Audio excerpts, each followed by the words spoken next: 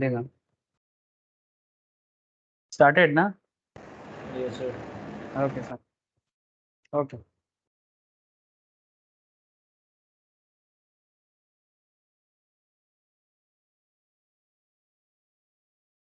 Okay sir.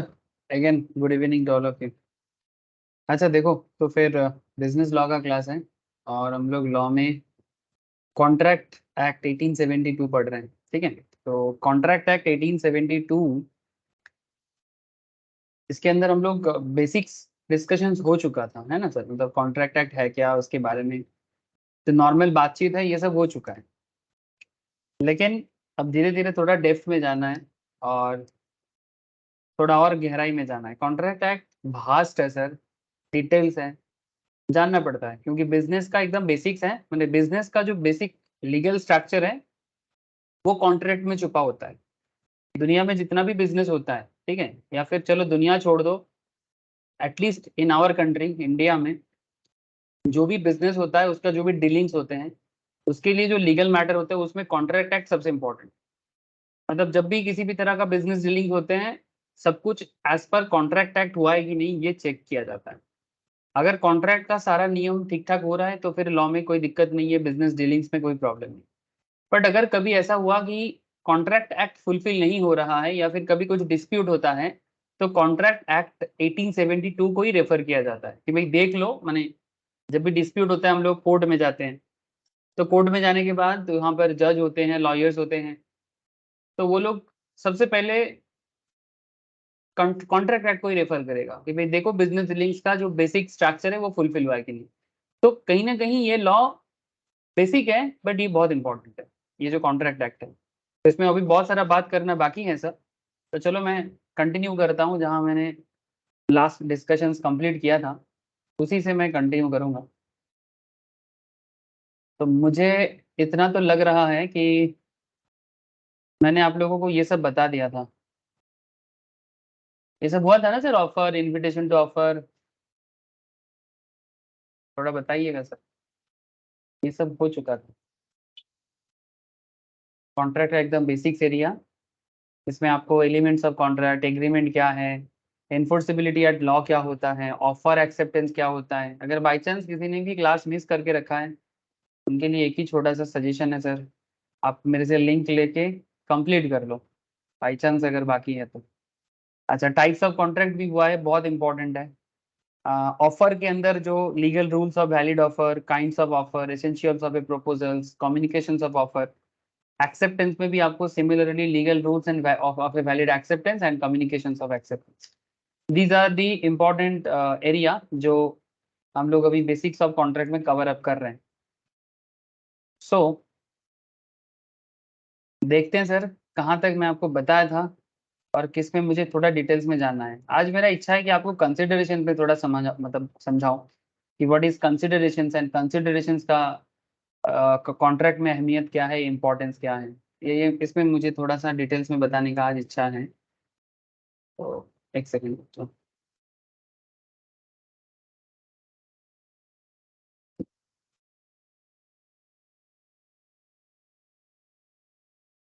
अच्छा देखो, consideration बताने से पहले मैं आपको एक बार ना कम्युनिकेशन ऑफ ऑफर एक्सेप्टेंस, नहीं ये हो गया है।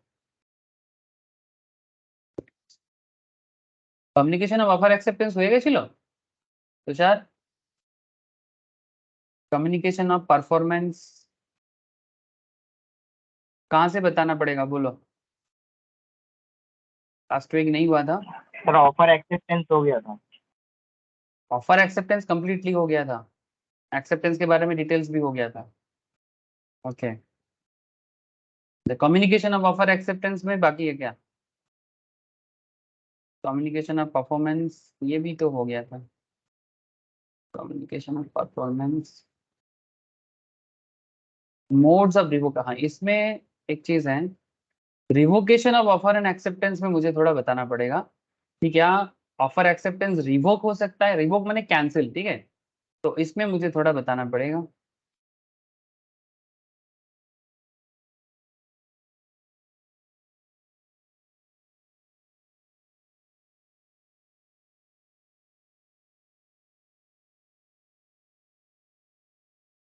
कम्युनिकेशंस के बारे में मैं पहले भी बहुत सारा बात करके रखा, हाँ ये हो चुका है। Yes yes yes, telephone fax, हाँ ये भी हुआ है। ठीक है चलो, कम्युनिकेशन ऑफ परफॉर्मेंस, ध्यान से थोड़ा देखो सर। ठीक है, कम्युनिकेशन ऑफ परफॉर्मेंस क्या है ये परफॉर्मेंस, और फिर मैं आपको रिवोकेशन में बात करूंगा। तो सबसे पहले ना एक चीज पे ध्यान दो, जैसे कि इससे पहले मैंने आपको काफी सारा सेक्शंस कवर अप किया है। जैसे we have already discussed that in the terms of section 4 of the act, communication of a proposal is complete when it comes to the knowledge of the person to whom it is meant। ठीक है, मैंने communication तभी complete होता है जिसके लिए communication हो रहा है, जब उनके पास वो ज्ञान आता है, मैं वो नॉलेज मिलता है कि भाई मेरे लिए ये कम्युनिकेशन था, तभी जाके हम लोग बोलेंगे कि भाई ये कंप्लीट हुआ है। ठीक है, इसलिए कह रहा है क्या कि communication of a proposal is complete when it comes to the knowledge of the person to whom it is meant। As regard acceptance of the proposal, the same would be viewed from the two angles। तो acceptance के angle से अगर देखो तो इसको इस तरह से देखा जाता है, from the view point of the proposer and the other from the view point of the acceptor himself. तो एक जिसने प्रपोज किया माने प्रोपोजर, और दूसरा जिसने, एक बंदा जिसने प्रपोज किया जिसको हम लोग प्रोपोजर कहते हैं, ठीक है, या फिर दूसरा जो है वो जो एक्सेप्टर है, ठीक है, जो एक्सेप्ट कर रहा है। तो दोनों पॉइंट ऑफ व्यू से एक्सेप्ट को देखना पड़ता है। जैसे इसके ऊपर एक केस स्टडीज आप लोगों ने पढ़ लिया था परफॉर्मेंस के ऊपर, that is Carlill versus Carbolic and Smoke Ball Company का, है ना। इसके ऊपर आप लोगों ने देखा था कि from the view point of the proposer, माने जिस जो जो प्रपोज कर रहा है, when the acceptance is put into a course of transmission when it would be out of the power of acceptor, from the viewpoint of acceptor it would be complete when it comes to the knowledge of the proposer। मैं आपको समझाता हूँ क्या है। जैसे कि at times the offeree may be required to communicate the performance by way of acceptance। In this case it is not enough if the offeree merely performs the act but should also communicate his performance unless the offer includes a term that a mere performance will constitute acceptance। ये positions clearly explain किया जा सकता है, जो भी यहाँ पर बातचीत हो रहा है ना सर, इसको क्लियरली समझा जा सकता है Carlill versus Carbolic and Smoke Ball Company का case.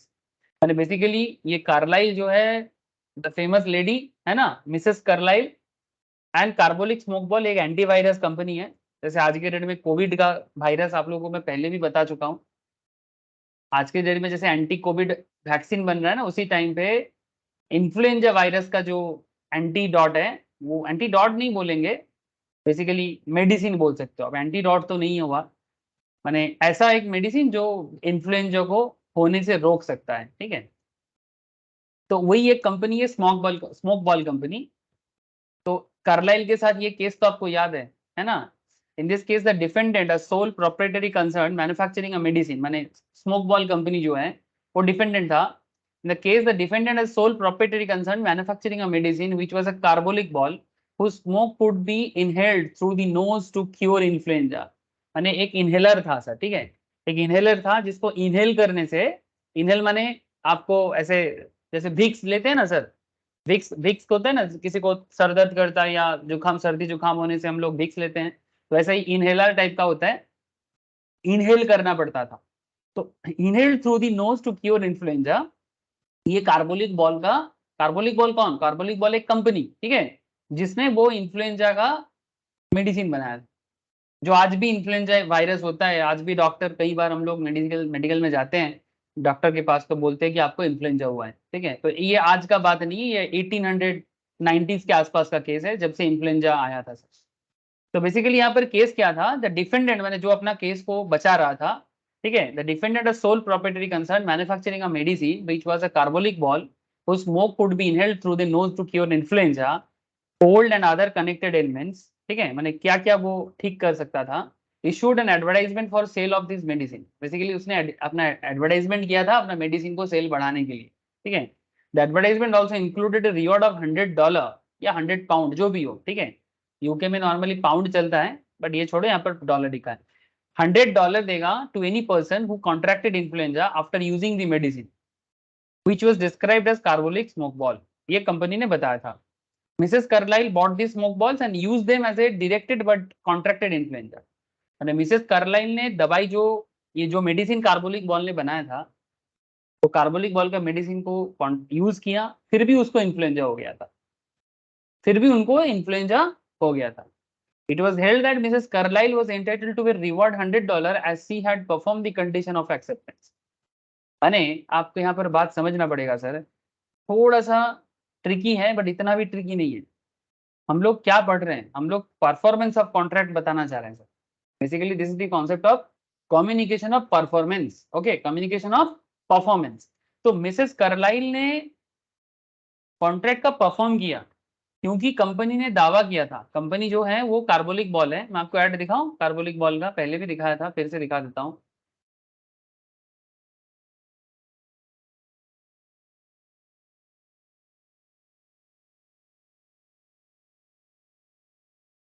Carbolic Mrs Carlill versus Carbolic Smoke Ball ना, क्या नाम है, स्मोक बॉल। बड़ा फेमस केस है सर, ये देखो। तो जिस तरह का एडवर्टाइजमेंट था कि अगर किसी ने भी कार्बोलिक बॉल का वो पर्टिकुलर यूज करेगा तो उसमें कुछ इस तरह का आपको इमेज मिल जाएगा। एडवर्टाइजमेंट का पेपर कटआउट सर, ये देखो। कार्बोलिक स्मोक बॉल कंपनी इस तरह से बोला था कि भाई मेरा ऐसा ऐसा होता है। साथ में उन्होंने ना ये भी बताया था कि अगर इसको लेने के बाद भी किसी को, इसको लेने के बाद भी अगर किसी को इन्फ्लुएंजा हो जाता है तो उसको 100 पाउंड या $100, ऐसा कुछ एक कॉन्सेप्ट था, उसको $100 या 100 पाउंड दिया जाएगा। ये रियल केस था सर, ओल्ड केस था। बट आपको समझना पड़ेगा इसमें परफॉर्मेंस के बारे में। ये देखो सर, 100 पाउंड का रिवॉर्ड का कॉन्सेप्ट था, ठीक है। माने कंपनी का दावा ये था कि भाई मेरा ये मेडिसिन यूज करने के बाद किसी को हो नहीं सकता, ठीक है। लेकिन कार्लाइल को हुआ था, तो कार्लाइल ने बेसिकली अपना क्लेम किया था। तो वही चीज यहाँ पर बताना चाह रहा है कि कम्युनिकेशन ऑफ परफॉर्मेंस। अब Mrs Carlill bought the smoke balls and used them as directed but contracted influenza. It was held that Mrs. Carlyle was entitled to a reward of $100 as she had performed the condition for acceptance. Further, as the advertisement did not require any communication of compliance of the condition, it was not necessary for communicate the same. The court thus in process laid down the following three important principles. अब ये case जो है ना, ये case एक judgement case बन गया था। माने इस केस को एक बेंचमार्क की तरह लिया गया और फिर कोर्ट ने इस केस के ऊपर डिपेंड करके कुछ सी चीजें बताया। कोर्ट ने क्या बताया? The court thus in the process laid down the following 3 point. An offer to be capable of acceptance must contain a definite promise by the offerer that he would be bound provided the terms specified by him are accepted. जो भी terms उसने लिखा, अगर वो term fulfil हो जाता है तो मान लिया जाएगा कि ये एक्सेप्ट हुआ है। An offer may be made either to a particular person or to the public at large. And third point जो था, if an offer is made in the form of a promise in return for an act, the performance of that act, even without any communication thereof, is to be treated as an acceptance of the offer. मतलब इस case को आप समझो sir ध्यान से, case क्या कहना चाहता है। माने ये केस एक इंपॉर्टेंट केस बन गया कि भाई क्या एक्सेप्टेंस कम्युनिकेट करना जरूरी है या परफॉर्मेंस कम्युनिकेट करना जरूरी है, क्या कम्युनिकेशन ऑफ परफॉर्मेंस मैंडेटरी है। तो सर नॉर्मली रूल कहते हैं कि yes, communication of performance is mandatory. तो यहाँ पर बात यह है कि कार्लाइल जो है ये अगर मेडिसिन को यूज करता भी है, अगर ये बाई चांस मानो यूज करने के बाद भी इनको इन्फ्लुएंजा हुआ है और इन्होंने कंपनी को बताया नहीं, ठीक है, कि भाई मेरे को हुआ है या समथिंग लाइक दैट, या फिर इन्होंने कोई कम्युनिकेशन नहीं किया, बट कंपनी का जो दावा था, कंपनी ने जो क्लेम किया था कि भाई इसके बाद भी अगर किसी को हो जाता है, वही उसका एक्सेप्टेंस है कि अगर इसके बाद भी हो गया, माने कार्बोलिक बॉल का जो मेडिसिन है उसको यूज करने के बाद भी अगर इन्फ्लुएंजा हो गया तो वो बंदा क्लेम कर सकता है। तो इसका मतलब यही है कि ये कम्युनिकेशन ऑफ परफॉर्मेंस हुआ है, ठीक है। वही बात यहाँ पर कहना चाहता है कि an offer to capable of acceptance must contain a definite promise by the offerer that he would bound to provide the term specified by him.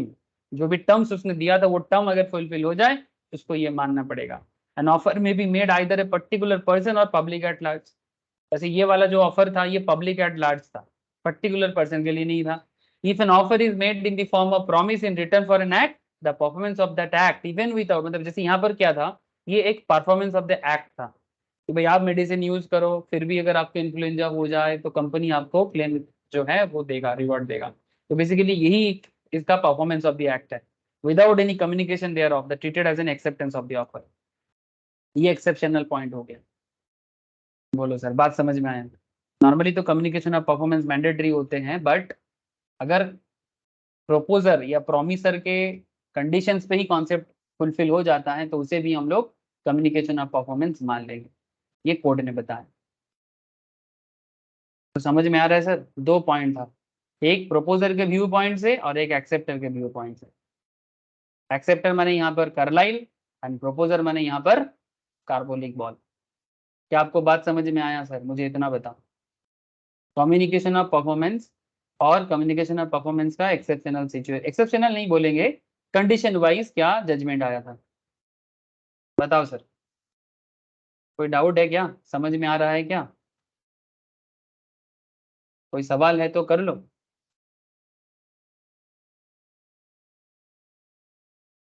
बोलो सर, हाँ ना कुछ तो बोलो। Yes sir. মানে Yes, sir. বোঝা গেছে তাই তো? ব্যাপারটা বোঝা গেছে Yes. তো? मैं आशा करूंगा कि सबको समझ में आया। अगर फिर भी किसी को समझ में नहीं आया पूछ लो सर, मैं फिर से बता दूंगा। कोशिश करूंगा और इजी करने का, बट इसमें ज्यादा कुछ है नहीं। ठीक है, इजी कॉन्सेप्ट है। आगे बढ़ो फिर। सोमनाथ, क्रिश, रौनक, चौथा, yes sir, yes sir, clear ना सर? ओके सर, ठीक है सर, हाँ सर। Okay sir. अच्छा, revocation of offer and acceptance. Okay sir, okay. Revocation of offer and acceptance, now the big question. Sir offer acceptance cancel हो सकता है क्या? या कैंसिल होने का क्या कॉन्सेप्ट है? रिवोक करना माने क्या? कैंसिल। तो कैसे कैंसिल हो सकता है और कैंसिलेशन का क्या कॉन्सेप्ट है वो थोड़ा सुन लो। If there are specific requirement governing the making of an offer and the acceptance of that offer, if there are specific requirements governing the making of an offer dena and the acceptance of that offer, you also have specific law governing their revocation. In terms of section 4, communication of revocation is complete. ठीक है, communication of revocation of the proposal or its acceptance is complete. ये section 4 में बताया गया है। क्या बताया गया है? as against the person who makes it, as against the person who makes it, जो बनाता है, it when it put into course of transmission to the person to whom it is made, so as to be out of the power of the person who makes it. मैं समझाता हूँ sir. as against the person to whom it is made when it comes to his knowledge, तो दो concept हो गया। ठीक है, एक जब उसके नॉलेज में आए और दूसरा जब उसके पावर के बाहर हो जाए। तो ये दोनों कॉन्सेप्ट क्या है मैं आपको समझाता हूँ। ये जो दोनों रूल है ना, ये दोनों रूल आगे आपको एग्जाम्पल के साथ समझाया जाएगा। If you revoke your proposal made to me by a telegram, suppose आपने कोई प्रपोजल किया और आप उसको कैंसिल करना चाहते हो, the revocation will be complete as far as you are concerned when you have dispatch the telegram. ठीक है, किसी को अगर आप टेलीग्राम कर रहे हो तो टेलीग्राम में आप ऑफर दे रहे हो तो उसको कैंसिल करना है। ठीक है, तो वही कहना चाहता है कि if you revoke your proposal made to me by a telegram, the revocation will be complete as far as you are concerned when you have dispatched the telegram. But as far as I am concerned, it will be complete only when I receive the telegram. Wait, sir. As regard revocation of acceptance, if you go by the example, I can revoke my acceptance, माने offer को cancel कर सकते हैं by a telegram. This revocation of acceptance by me will be complete when I dispatch the telegram, and against you, it will complete when it reaches you. But the important question for the consideration is when a proposal can be revoked. सबसे बड़ा सवाल यही है कि एक proposal कैसे cancel हो सकता है, and when can an acceptance be revoked? एक acceptance कैसे revoke हो सकता है? proposal माने offer basically. एक ऑफर कैंसिल कैसे हो सकता है, एक एक्सेप्टेंस कैसे कैंसिल हो सकता है? This questions are more important than the questions when the revocation is complete. कब कंप्लीट होगा उससे भी बड़ा बात यह है कि कैंसिल होगा कैसे। ठीक है, ordinarily the offeror can revoke his offer before it is accepted. Normally क्या होता है कि ऑफरर अपना ऑफर को कैंसिल कर सकता है एक्सेप्ट होने से पहले। ये सब बड़ा सिंपल बात है ना, एक्सेप्ट होने से पहले कैंसिल कर दो आपका ऑफर। हाँ, मैंने मानो किसी को आपने प्रपोज किया, वो हाँ ना बोलने से पहले आपने बोल दिया अरे छोड़ो छोड़ो छोड़ो कैंसिल। ठीक है इस तरह का ना, मानो आपको आपने प्रपोज कर दिया, उसके पास बात चला गया, बट उसके जवाब से पहले अगर आपने खुद कैंसिल कर दिया तो बात कैंसिल हो गया। मैं आपको समझाता हूँ, काफी सारा एग्जाम्पल्स आपको पता लगेगा और ये पूरा केस समझ में आ जाएगा। The bidder at an auction sale में विदड्रॉ हिज बीड, ध्यान से सुनना, bidder at an auction sale में विदड्रॉ हिज बीड, विदड्रॉ करना माने रिवोक करना, माने कैंसिल कर देना, withdraw his bid before it is accepted by the auctioneer by fall of hammer। Sir ये कैसे होगा? आप लोग आईपीएल ऑक्शन देखा कभी? अरे आईपीएल ऑक्शन आजकल बड़ा पॉपुलर है।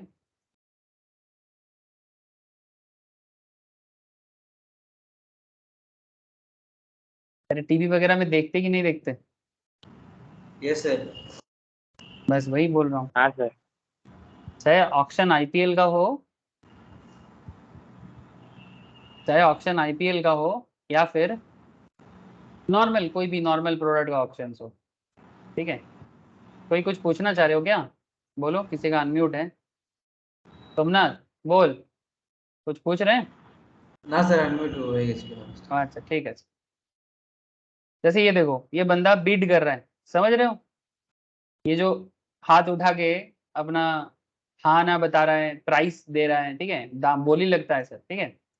तो उसमें क्या होता है, आप जब बोली लगाते हो, आप ऐसे, आप कौन हो? आप फ्रेंचाइज हो, है ना? आप फ्रेंचाइज हो माने बेसिकली ओनर हो, आप खरीदने के लिए गए हो, प्लेयर बिक रहा है वहां पर। कौन बिक रहा है? प्लेयर।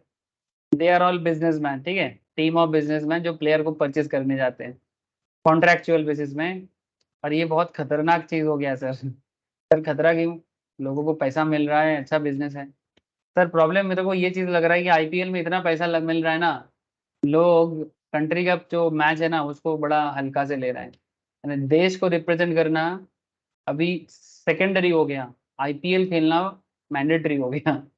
आईपीएल में पैसा है और देश अभी सेकेंडरी हो गया, ये थोड़ा खतरा है। मुझे आईपीएल से कोई प्रॉब्लम नहीं है, बट मैं जो देख पा रहा हूँ वही मैं बोल रहा हूँ, जो भी हो।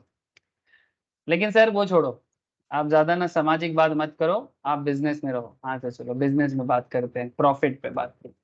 तो जैसे मानो इन्होंने, ऑक्शनियर ने ऑफर किया था किसी प्लेयर का, किसका नाम उठाए?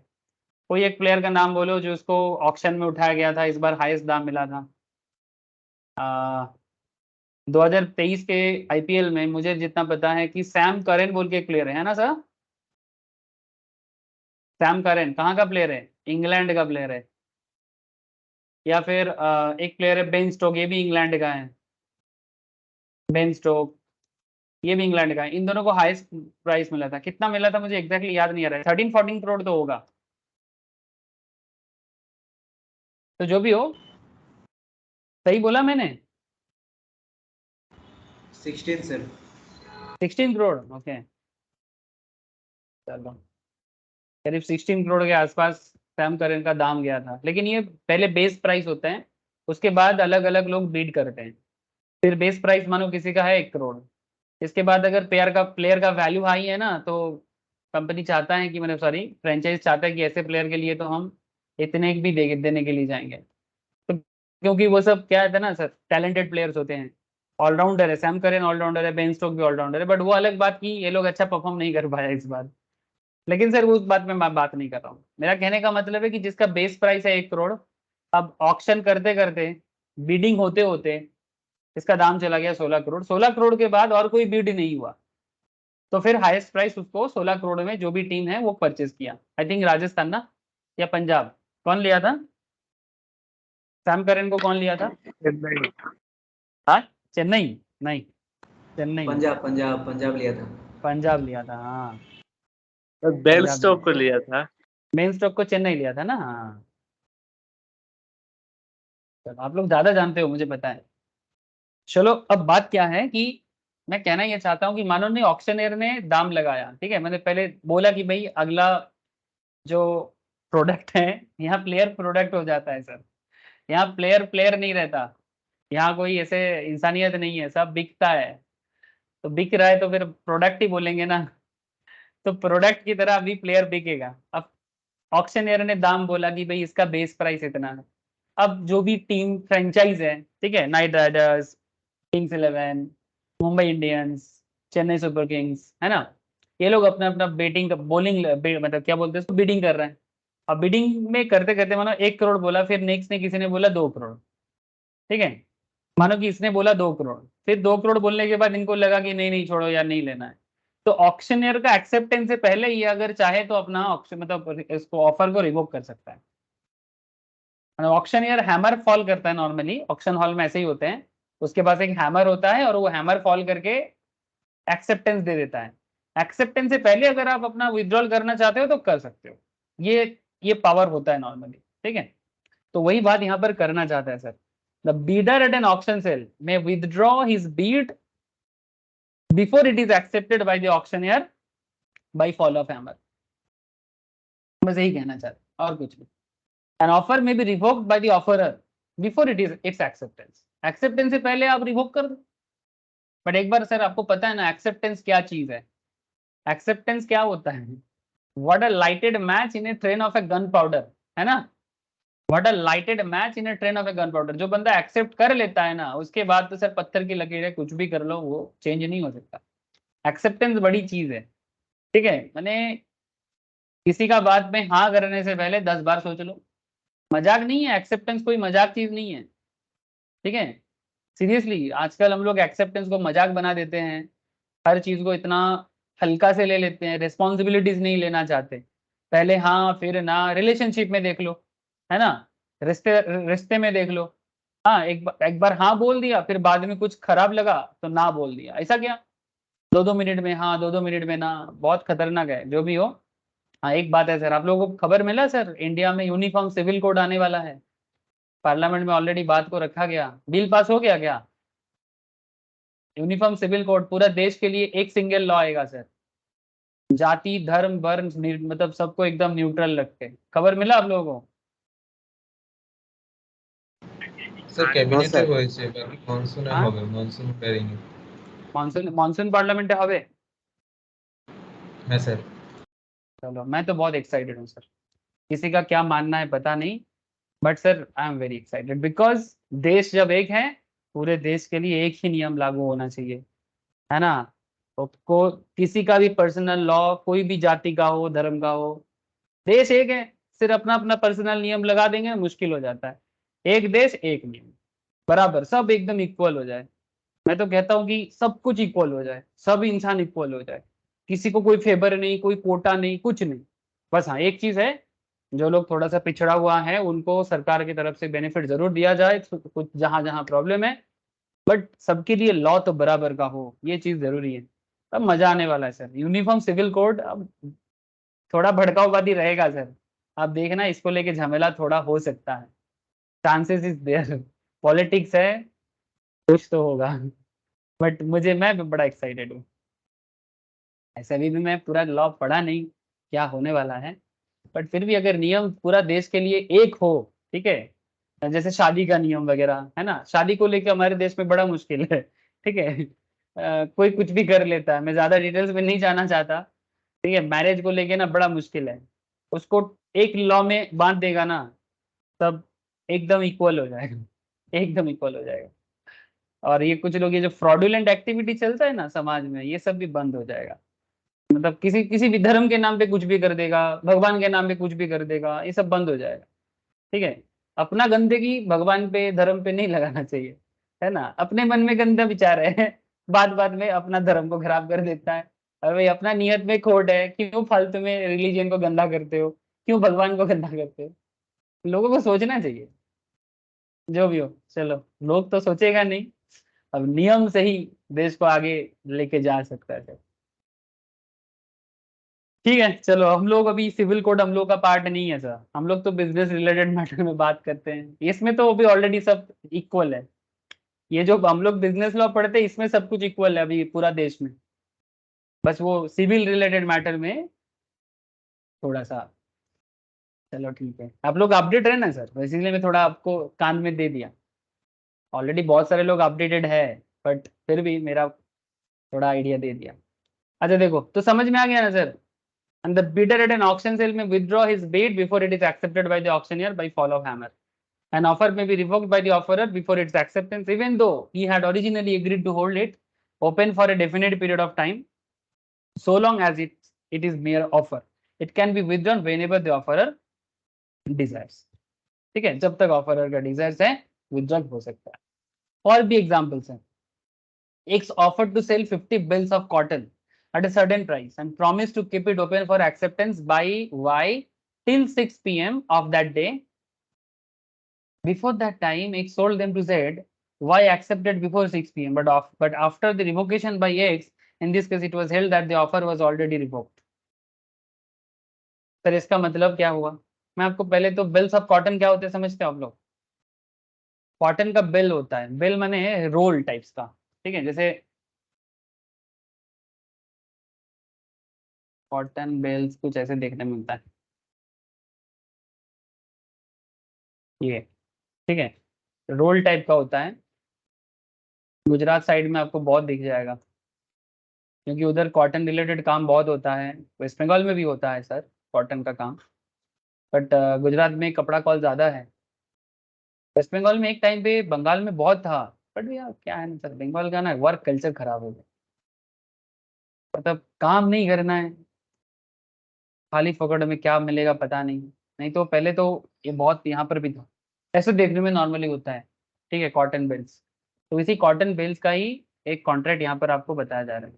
देखो, X offered to sell 50 bales of cotton at a certain price and promised to keep it open for acceptance.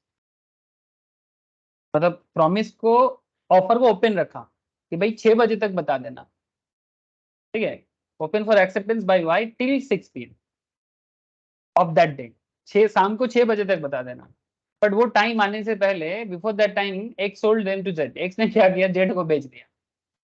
Y ने 6 बजे के आगे ही आके एक्सेप्ट किया, but after the revocation by x, मैंने बेसिकली एक्स क्या किया यहाँ पर, वाई के एक्सेप्ट से पहले उसको रिवोक कर दिया जेड को बेच के। इन this case it was held that the offer was already revoked because वो तो जेड को सेल कर दिया, तो जेड को सेल कर दिया तो फिर एक्स वाई का ऑफर क्या है, कैंसिल हो गया, मैंने सॉरी एक्स का ऑफर कैंसिल हो गया क्योंकि वाई एक्सेप्ट करने से पहले वो किसी और को दे दिया। ऐसा हम लोगों के साथ भी होता है, ऐसा हम लोग के साथ भी होता है, मैं आपको बताता हूँ, आप लोग भी शायद ऐसे एक्सपीरियंस किए होंगे। जैसे मैं कई बार, मैं भी करता हूँ ऐसा, मैं नहीं बोलूंगा कि मैं नहीं करता। कभी अगर आप होलसेल मार्केट में जाते हो ना, जैसे मानो कोई बहुत सारा चीज परचेज करना है, जैसे जो लोग दुकानदार होते हैं ना, वो होलसेल मार्केट में जाके ना अलग अलग दुकान में ना थोड़ा सा बात करता है। तो दुकान में बात किया, जैसे बड़ा बाजार एरिया में अगर कभी जाओगे, अलग अलग दुकानदार हैं, हर दुकानदार के पास जाओगे, अपना जो भी चीज आपको चाहिए, तो पहले आप थोड़ा बातचीत करके आए, फिर आप उनको बोले कि ठीक है मैं अभी आता हूँ, ऐसा करके आप इस दूसरे दुकानदार के पास चले गए। फिर सब कुछ देखने के बाद आपको पता चला जो पहला दुकानदार था वही आपको अच्छा डील दे रहा था। फिर जब आप सारा दुकानदार के साथ बात करके वापस आए, आप आके देख रहे हो कि जो डील मतलब जो डील वो दिया था अभी वो नहीं दे सकता क्योंकि उसके पास जो भी माल था वो बेच दिया। ऐसा कभी आप लोगों के साथ हुआ है? मेरे साथ तो हुआ है, मेरे साथ ऐसा हुआ है सर, कि हम लोगों को क्या होता है कि पहले लगता है कि नहीं शायद ये ज्यादा बोल रहा है, फिर हम लोग पूरा मार्केट घूम के वापस आते हैं कि भाई इससे पहले वाला सही था। अब जब पहले वाले के पास आते हैं पता चलता है कि उसका सारा बिक गया। ऐसा हुआ है सर, मेरे साथ तो हुआ है। आप लोग के साथ ऐसा हुआ है कभी? हाँ सर, किसी के साथ नहीं हुआ? चलो सर, कभी ना कभी हो जाएगा। बात समझ में आया कि नहीं आया? কথাগুলো বোঝা যাচ্ছে तो? रिवोकेशन का कॉन्सेप्ट क्लियर हो रहा है ना? Yes sir. Okay sir. जैसे यहाँ पर और भी चीजें बोलते हैं, जैसे ये सेक्शन 5 के ऊपर था, ठीक है। एग्जाम्पल और एक है, A proposes by a letter send by post, ध्यान से सुनना, थोड़ा अलग चीज किस्म का है सर। ये proposes by a letter send by post, post माने इंडिया पोस्ट, ठीक है। ये proposes by a letter send by post to sell his house to be, वो अपना घर बेचना चाहता है, बी को प्रपोज दे रहा है, प्रपोजल दे रहा है, बी को प्रपोज कर रहा है मेरा घर खरीदो। B accept the proposal by a letter send by post, क्योंकि चिट्ठी चिट्ठी में बातें हो रहे हैं ना, चिट्ठी जाई रे चिट्ठी जाई रे, है ना, फिर एक्सेप्टेंस जा रहा है, चिट्ठी आई रे चिट्ठी आई रे चिट्ठी आई रे, ऐसा होता था ना पुराने जमाने में। हाँ, चिट्ठी में कारोबार चलता था, चिट्ठी में हाँ बोलो, चिट्ठी में ना बोलो, मजा था सर, इमोशन था चिट्ठी वाला दिन ना, लोग जाली कम था। जब चिट्ठी था ना, आजकल चिट्ठी का यूज कम हो गया है, बट वो जमाने में ना एक था, लोग जाली कम था, माने लोगों के अंदर ना सच्चाई ज्यादा था। आजकल तो प्यार में भी क्या बताए, प्यार मोहब्बत से लेके बिजनेस हर चीज में धोखा, मतलब ज्यादा देखने को मिल जाता है, जो भी हो ध्यान से देखो। सर मुझे याद है, मैं तब बचपन में था, रामकृष्ण मिशन में रहता था हॉस्टल में। घर से कभी चिट्ठी आता था ना, और कभी कभी मैं भी चिट्ठी लिखता था कि मुझे, मैं ठीक हूँ, मुझे कुछ चीजें चाहिए, ठीक है। तो घर से भी मेरे पास चिट्ठी आता था, तो उस चिट्ठी को कितना बार जो पढ़ता था, मैं आपको क्या बताऊं। मतलब सीरियसली एक अलग ही फीलिंग आता था। मैंने एक ही चिट्ठी शायद एक महीने में 4 बार ओपन करके पढ़ लेते कि माँ ने ये लिखा है, पापा ने ये बोला है, बहन ने ये बोला है। हाँ, मतलब ये अलग फीलिंग्स है। वो आजकल अगर कोई प्यार में 100 मैसेज भी भेज दे, 100 व्हाट्सएप भी कर दे, वीडियो कॉल में 50 बार आ जाए, वो मोहब्बत नहीं मिलता है जो एक चिट्ठी में मिलता था। ये जब कभी अगर किसी ने ऐसा फील किया हो तो शायद पता लगेगा सर। चलो कोई बात नहीं, बिजनेस पे आ जाते हैं। A proposes by a letter sent by post to sell his house to B. B accept the proposal by a letter sent by post. Now ध्यान से सुनना। अब चिट्ठी का बात है। अब ए में रिवोक बाई प्रपोजल, मतलब ए ने प्रपोजल तो दे दिया, अभी कैंसिल कैसे करेगा। A may revoke his proposal at any time before or at the moment when B post his letter of acceptance. माने बी अपना चिट्ठी एक्सेप्टेंस का चिट्ठी भेजने से पहले अगर ए ने दूसरा चिट्ठी बी के पास पहुंचा दिया तो कैंसिल हो सकता है। माने एक बार बी का एक्सेप्टेंस लेटर बी के हाथ से निकल गया तो अभी ए को मानना पड़ेगा। सब पे तो क्या करना पड़ेगा सर, ए को स्पीड पोस्ट करना पड़ेगा, नो डाउट सर। क्योंकि जैसे ही बी अपना एक्सेप्टेंस लेटर ए को दे देगा ना, रास्ते में रहेगा शायद, बट बी एक्सेप्टेंस लेटर लिखने से पहले ए को स्पीड पोस्ट करके बताना पड़ेगा कि भाई नहीं नहीं नहीं, मुझे आपको ऑफर नहीं करना है। यही कहना चाहता है। ए में रिवोक माने A may cancel his proposal at any time before or at the moment when B post his letter of acceptance, but not afterwards. whenever whereas B may revoke his acceptance. अच्छा, B का भी same case है। मानो B ने पहले accept कर लिया था, अब बी का चिट्ठी ए के पास जा रहा है, बी का चिट्ठी ए के पास जा रहा है, चिट्ठी जा ही रही, लेकिन फिर को बी को बीच में पता चला भाई इसका घर लेना शायद लॉस हो जाएगा। अब बी चाहते हैं कि एक्सेप्टेंस लेटर पहुंचने से पहले रिवोक लेटर पहुंचे, तो फिर बी को क्या करना पड़ेगा, एक स्पीड पोस्ट करना पड़ेगा जो नॉर्मल पोस्ट से जल्दी पहुंच जाए, और बी का एक्सेप्टेंस लेटर ए के पास पहुंचने से पहले बी का रिवोकेशन लेटर ए के पास पहुंचे कि भाई मुझे आपका घर नहीं लेना है। सिंपल बात है ना। ऐसा सेम चीज आप फोन में भी कर सकते हो। ये तो चिट्ठी आई रे चिट्ठी जा ही रे का बात हुआ। अगर आप यही चीज फोन में करते हैं टेलीफोनिक थ्रू से, तो मानो एक ए ने बी को कॉल करके बोला कि भाई मुझे मेरा घर आपको बेचना है। अब बी इसको कॉल करके एक्सेप्ट करने जा रहा है, उससे पहले ए ने दूसरा कॉल कर दिया कि नहीं बेचना है, कैंसिल। सिमिलरली बी अपना एक्सेप्टेंस कॉल करने से पहले ही अगर बोल दिया कि भाई नहीं नहीं, मुझे नहीं करना है, घर नहीं लेना है, तो कैंसिल, सिंपल। समझ गया सर, समझ गए।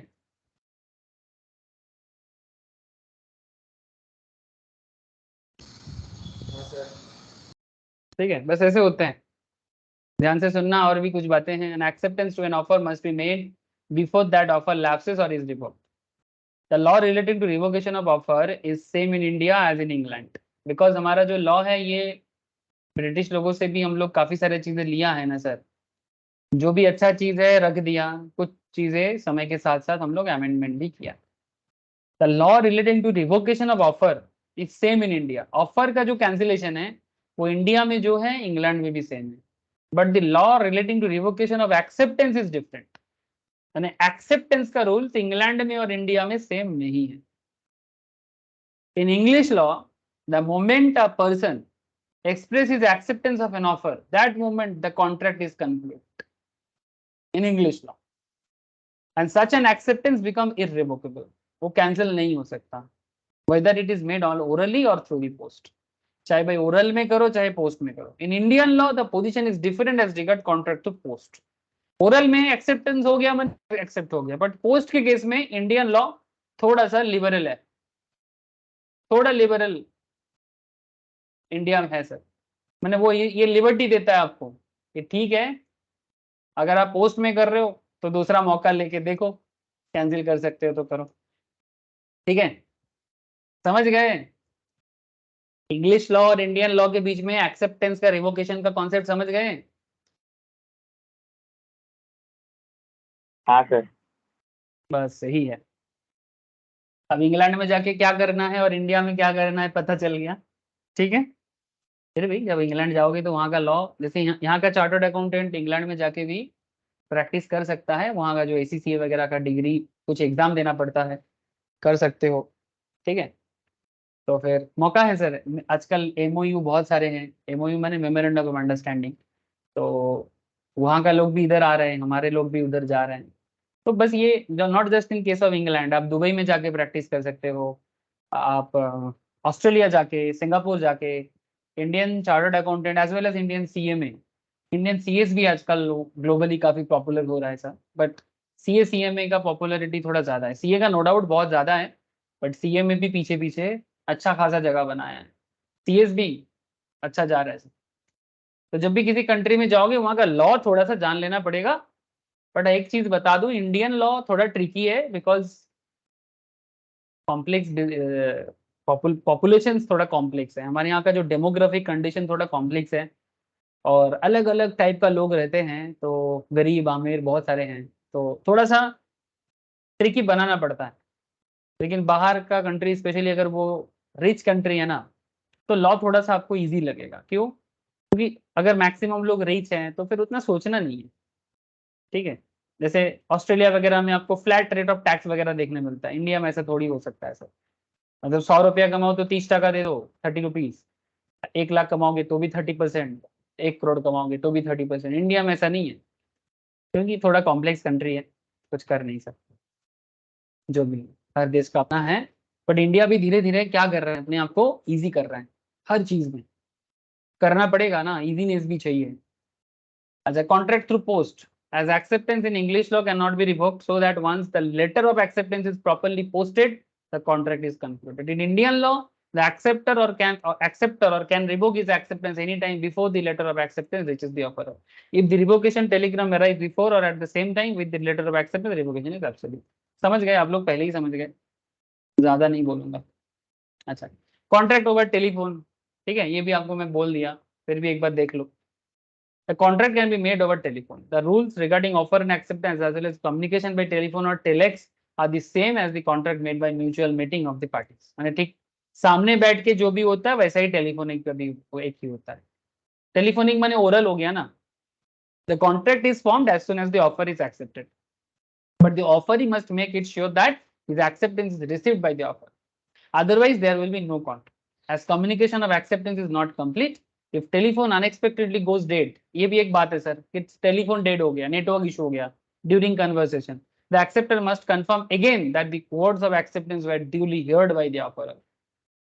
टेलीफोनिक है सर, मोबाइल के थ्रू से या टेलीफोन के थ्रू से हो रहा है, टेक्नोलॉजी मिस हो सकता है ना, तो ये भी प्रूव हो जाएगा कि भाई मुझे सुनाई नहीं दिया था, या फिर उस टाइम पे टेलीफोनिक एरर था, ये भी प्रूव हो जाता है। तो ये चीज क्लियरली होना चाहिए कि भाई एक्सेप्टेंस हाँ सुनने को मिला या ना मिला, ये चीज देखना पड़ता है। Revocation of proposal otherwise than by communication, ध्यान से सुनना, when proposal is made the proposal may not wait indefinitely for its acceptance, the offer can be revoked otherwise than by communication और समटाइम्स बाय लैप्स। ये थोड़ा सा अलग है, सुन लो थोड़ा। लैप्स हो जाते हैं और रिवोक हो जाते हैं, कैसे?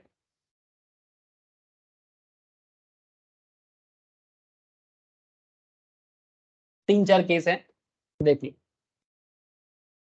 Mode of revocation of offer by notice of revocation, आप नोटिस भेज दो, जैसे कि A offer B to sell goods at ₹5,000 through a post. A offer किया बी को कि भाई गुड्स बेचना है 5,000 का पोस्ट के थ्रू से, but before B could accept the offer, before the B could accept the offer, ये received highest bid for the goods from सी।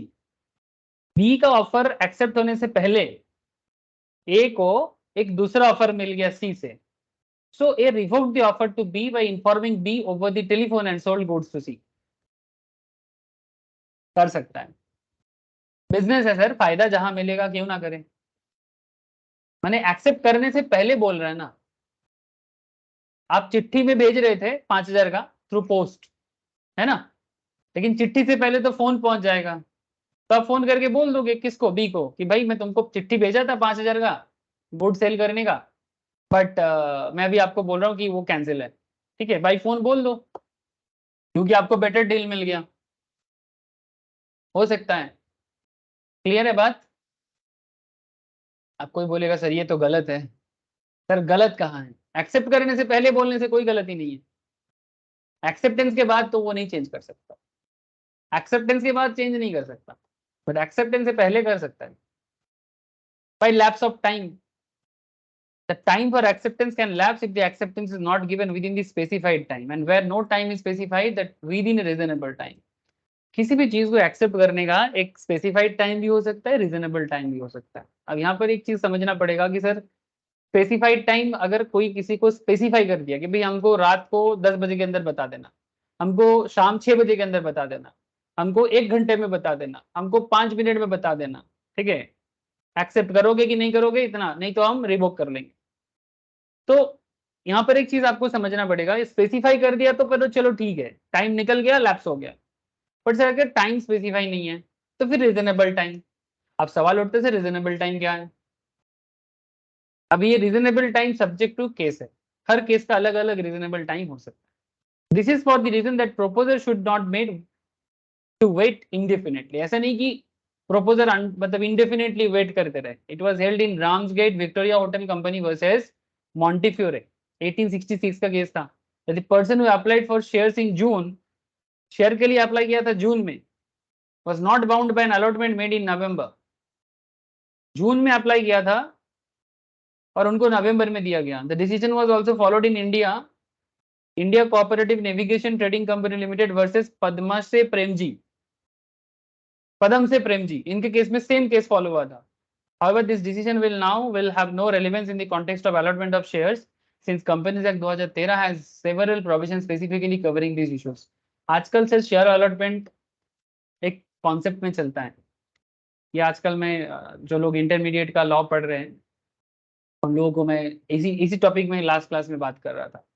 ठीक है, सीए इंटरमीडिएट, सीएस एग्जीक्यूटिव वाले जो लॉ पढ़ते हैं ना, वहाँ पर मैं यही चीज़ बता रहा था कि शेयर कैसे अलॉटमेंट वगैरह होता है उसके ऊपर। तो वहां पर यही चीज समझाया जा रहा था कि आजकल सब कुछ काफी क्लियर कट है, सेबी ने काफी सारा चीजें पहले से डिक्लेयर करके दिया है, अभी ये सब प्रॉब्लम होता नहीं है। बट फिर भी जून का शेयर नवंबर में अलॉट करेगा तो फिर कैसे होगा, है ना। वो बंदा थोड़ी बाउंड रहेगा, एक हर चीज का एक टाइम फ्रेम होना चाहिए ना। तो वही एक इंडेफिनिट, मतलब एक डेफिनेशन होना चाहिए रीजनेबल क्या है। मतलब जून में शेयर अलॉट करना था, मिला नवंबर में, अब बंदे को बोल रहे हैं अभी पेमेंट करो शेयर का। ठीक है, तो ये देखना पड़ेगा sir, lapse of time, reasonable time क्या है। भाई non fulfilment of condition president, अगर कोई कंडीशन फुलफिल नहीं होता है तो भी हो सकता है। The acceptor fails to fulfil the condition precedent to acceptance, the proposal gets revoked. माने जिसने ऑफर किया उन्होंने कुछ कंडीशन के साथ ऑफर किया, ध्यान से सुनना, जो बंदा ऑफर करता है वो कंडीशन के साथ ऑफर कर सकता है। आपको पसंद है तो देखो, मैंने जो एक्सेप्ट करने वाला है, जो एक्सेप्टर है, तो अगर उनको कंडीशन के साथ ठीक लगा तो वो करेगा, अगर नहीं ठीक लगा तो ना बोल देगा, और क्या। तो वही बात कर रहा है कि भाई अगर where the acceptor fails to fulfill a condition precedent to acceptance, the proposal gets revoked। अगर कंडीशन फुलफिल नहीं होगा तो ऑटोमेटिकली कैंसिल है। The principle is laid down in section 6 of the act, contract के सेक्शन 6 में बोला है। The offerer for instance may impose certain condition such as executing a certain document or depositing certain amount as earnest money. कुछ advance मांगा है, कुछ advance मांगा है, अब आपने एडवांस नहीं दिया, कंडीशन के साथ ऑफर था, होता है ऑफर कंडीशनल हो सकता है, हम लोग पढ़े हैं सर, और रियल लाइफ में भी देखने को मिलता है। अर्नेस्ट मनी माने एडवांस, ठीक है। तो अगर ऑफर जो किया आपको वो अगर अर्नेस्ट मनी के साथ बोला है, ठीक है, या फिर कुछ डॉक्यूमेंट साथ में सबमिट करने बोला है और आपने नहीं दिया, मैंने एक्सेप्टर कैंसिल। जैसे इंस्टीट्यूट आपको बोलता है कि भाई जब कोई बंदा सीए फाउंडेशन में कोई स्टूडेंट एडमिशन लेते हैं, या सीए इंटरमीडिएट में एडमिशन लेते हैं, या फिर सीएमए में एडमिशन लेते हैं, या सीएस एग्जीक्यूटिव में एडमिशन लेते हैं, कुछ कंडीशन देते हैं ना।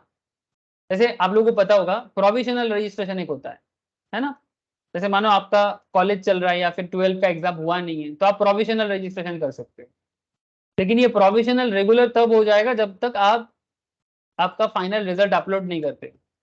तो प्रोविजनल रिजल्ट रेगुलर होगा तभी एग्जाम में बैठ पाओगे, या फिर तभी आपका रजिस्ट्रेशन को वैलिड माना जाएगा। तो इंस्टीट्यूट आपको नोटिस भी देता है कि भाई आपके रिजल्ट अभी भी ड्यू है, आपका सर्टिफिकेट ड्यू है, भर लो नहीं तो कैंसिल कर देंगे। और इंस्टीट्यूट बोल देता है कि अगर ये सब कंडीशन फुलफिल नहीं हुआ तो रजिस्ट्रेशन सब्जेक्ट टू कैंसिल, है ना। तो कंडीशनल इंस्टीट्यूट के साथ आप लोगों का चलता रहता है ऐसा। तो यही बात है सर, है ना। जैसे इंस्टीट्यूट वगैरह कहीं सब आजकल ना कुछ ऑफर वगैरह भी देता है, जैसे मानो ऑफर सबके लिए नहीं, जैसे SC ST अगर कोई है या फिर कोई अगर डोमिसाइल, तो डोमिसाइल है इंस्टीट्यूट 20% ऑफ दे देता है। कहीं कभार तो फ्री भी है नॉर्थ ईस्ट वाले के लिए, जम्मू कश्मीर वालों के लिए, ठीक है। कुछ कुछ फ्री भी है, यानी पूरा कोर्स फी भी एकदम एग्जाम कर देता है। लेकिन आपको डोमिसाइल दिखाना पड़ेगा ना, मानो कि आपका आधार होगा या वोटर कार्ड होगा, कुछ तो होगा। तो डोमिसाइल अगर प्रूफ नहीं कर पाओगे तो फिर क्लेम नहीं कर पाओगे, तो सिंपल है। डॉक्यूमेंट अगर आपका फुलफिल नहीं होगा तो फिर आपका जो क्लेम था वो भी बेकार हो जाएगा। इसको बोलते हैं non fulfilment of condition president. जैसा ऑफर में बोला गया था अगर फुलफिल नहीं होगा तो कैंसिल। क्लियर है बात, समझ गए। Yes sir. बोल लो, बस इतनी सी बात है। अच्छा भाई, death or insanity, death or insanity of the proposal would result in automatic revocation of the proposal. भाई जो ऑफर किया था वही नहीं है तो फिर और क्या। अब कहाँ जाके करोगे ऑफर, आसमान में या नीचे, पता नहीं सर। मरने के बाद कहाँ जाते हैं, वो मरने के बाद ही पता चलता है। इंसान मरने के बाद कहाँ जाता है। हाँ, कोई बोलेगा स्वर्ग, कोई बोलेगा नरक, कोई बोलेगा जन्नत। हाँ, जहां भी जाए, समझे ना सर, जाने के बाद ही पता चलता है। अच्छा देखो, death or insanity of the proposal would result in automatic revocation of the proposal but only in the fact of death or insanity comes to the knowledge of the acceptor. But ये चीज acceptor के भी knowledge में आना चाहिए तो automatic revoke हो जाता है। ये आपको मैं पहले ही बोला था बाई काउंटर ऑफर। मानो ए ने बी को कोई ऑफर किया, मानो बी एक दुकानदार है, ठीक है। बी ने ए को बोला कि भाई मेरा प्रोडक्ट जो है वो 100 का एक पीस, 1 पीस प्रोडक्ट है, 100 रुपीज पीसेस, ठीक है। बी ए को ऑफर किया, ए बोल रहे हैं इसको काउंटर कर रहे हैं 80 में नहीं होगा पर पीस। जैसे ही ए ने बी को काउंटर कर लिया ना, बी का जो पहला ऑफर था वो कैंसिल हो गया। काउंटर ऑफर में मेन ऑफर कैंसिल हो जाता है, ये आपको पहले भी मैं बताया था। फिर उसके बाद बी ने अगर ए को 100 में भी देगा कि नहीं देगा वो बी के ऊपर है। यही चीज है सर। बी ने पहले मानो ए को बोला कि मैं अपना प्रोडक्ट 100 में दूंगा पर पीस, बट जैसे ही ए ने बोला कि भाई 80 पर पीस करो ना, अब बी का खत्म, अब ए का ऑफर चालू। अगर बी राजी होगा तो शायद देगा, लेकिन मानो बी राजी नहीं है। अब ए बोले ठीक है 100 में दो, अब बी अब बोल रहा नहीं नहीं नहीं देना है आपको, डायरेक्ट बोल देगा। फिर ये बोलेगा क्यों भाई, तुम तो पहले बोला 100 में देंगे। भाई वो तो वो बात खत्म हो गया है, वो ऑफर खत्म हो गया है। जैसे ही ये ने 80 बोल दिया ना, वो पहला ऑफर खत्म। अब भले ही ये कितना भी उसको रिक्वेस्ट कर ले, वो कितना भी चिल्ला ले भाई पहले 100 बोला था अब ना बोल रहे हैं, ये गलत हो जाएगा क्योंकि वो मेन ऑफर खत्म हो गया है। अब ये 80 में नहीं देगा, फिर ये ए का ऑफर है, ए का 100 का ऑफर है, बी राजी नहीं है, ना भी हो सकता है, उसका प्रोडक्ट है, देगा नहीं देगा उसका है। याद रखना सर, काउंटर ऑफर में भी रिवोकेशन हो सकता है by the non acceptance of the offer according to the prescribed और यूजुअल मोड। अगर कोई आपको बोला था कि भाई रात को 10 बजे मीटिंग में आना, आप सुबह 10 बजे पहुंच गए, भाई मीटिंग 10 बजे बुलाया गया था, 10 PM, आप 10 AM को चले गए, तो कैसे होगा, है ना। जो मोड बोला गया था, आपको बोला था ऑनलाइन आने के लिए, आप ऑफलाइन चले गए, या फिर ऑफलाइन बोला गया था आप ऑनलाइन चले गए। तो अगर मोड के अनुसार नहीं हुआ तो भी प्रॉब्लम, तो भी कैंसिल हो जाएगा। आपको बोला था कैश लाने के लिए, आपने ऑनलाइन दे दिया, कैंसिल। आपको बोला था ऑनलाइन डालने के लिए, आपने कैश दे दिया, कैंसिल। ठीक है, जो भी मोड बोला गया था उसके हिसाब से चलना पड़ेगा। बाई सब्सिक्वेंट इलीगलिटी, हाँ, अगर कॉन्ट्रैक्ट इलीगल है तो रिवोक है, सिंपल बात है।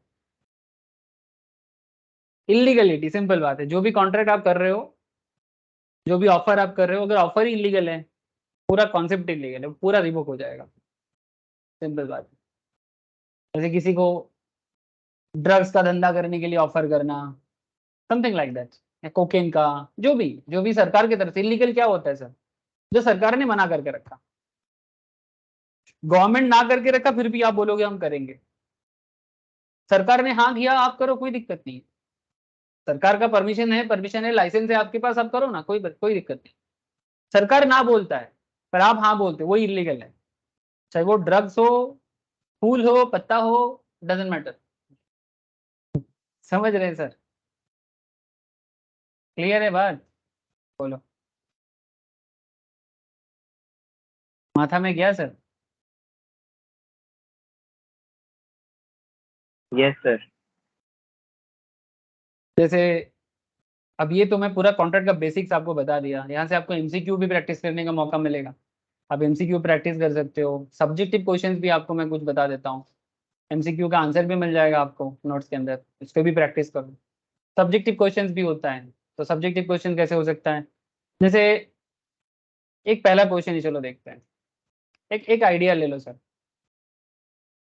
क्वेश्चन कर रहा है कि all contracts are agreement but all agreements are not contract, comment करने बोल रहा है। अब देखो सर, अगर आपको पूरा नॉलेज है ना तो इसको आप लिख पाओगे, बट अगर आपके पास नॉलेज नहीं है ना, मतलब आपको पता ही नहीं क्या है, रटोगे सिर्फ तो मुश्किल में पड़ जाओगे। सिर्फ रटना नहीं है, समझ के रटना है। पहले अंडरस्टैंडिंग फिर मगअप, ठीक है, जिसको हम लोग बंगाली में बोलते हैं मुखोश करा। आप मुखोश तो करो सर, मतलब रटो, कोई दिक्कत नहीं, बट समझ के साथ, बिना समझ के रटोगे पता ही नहीं रहेगा सर, एग्जाम टाइम में मुश्किल में पड़ जाओगे।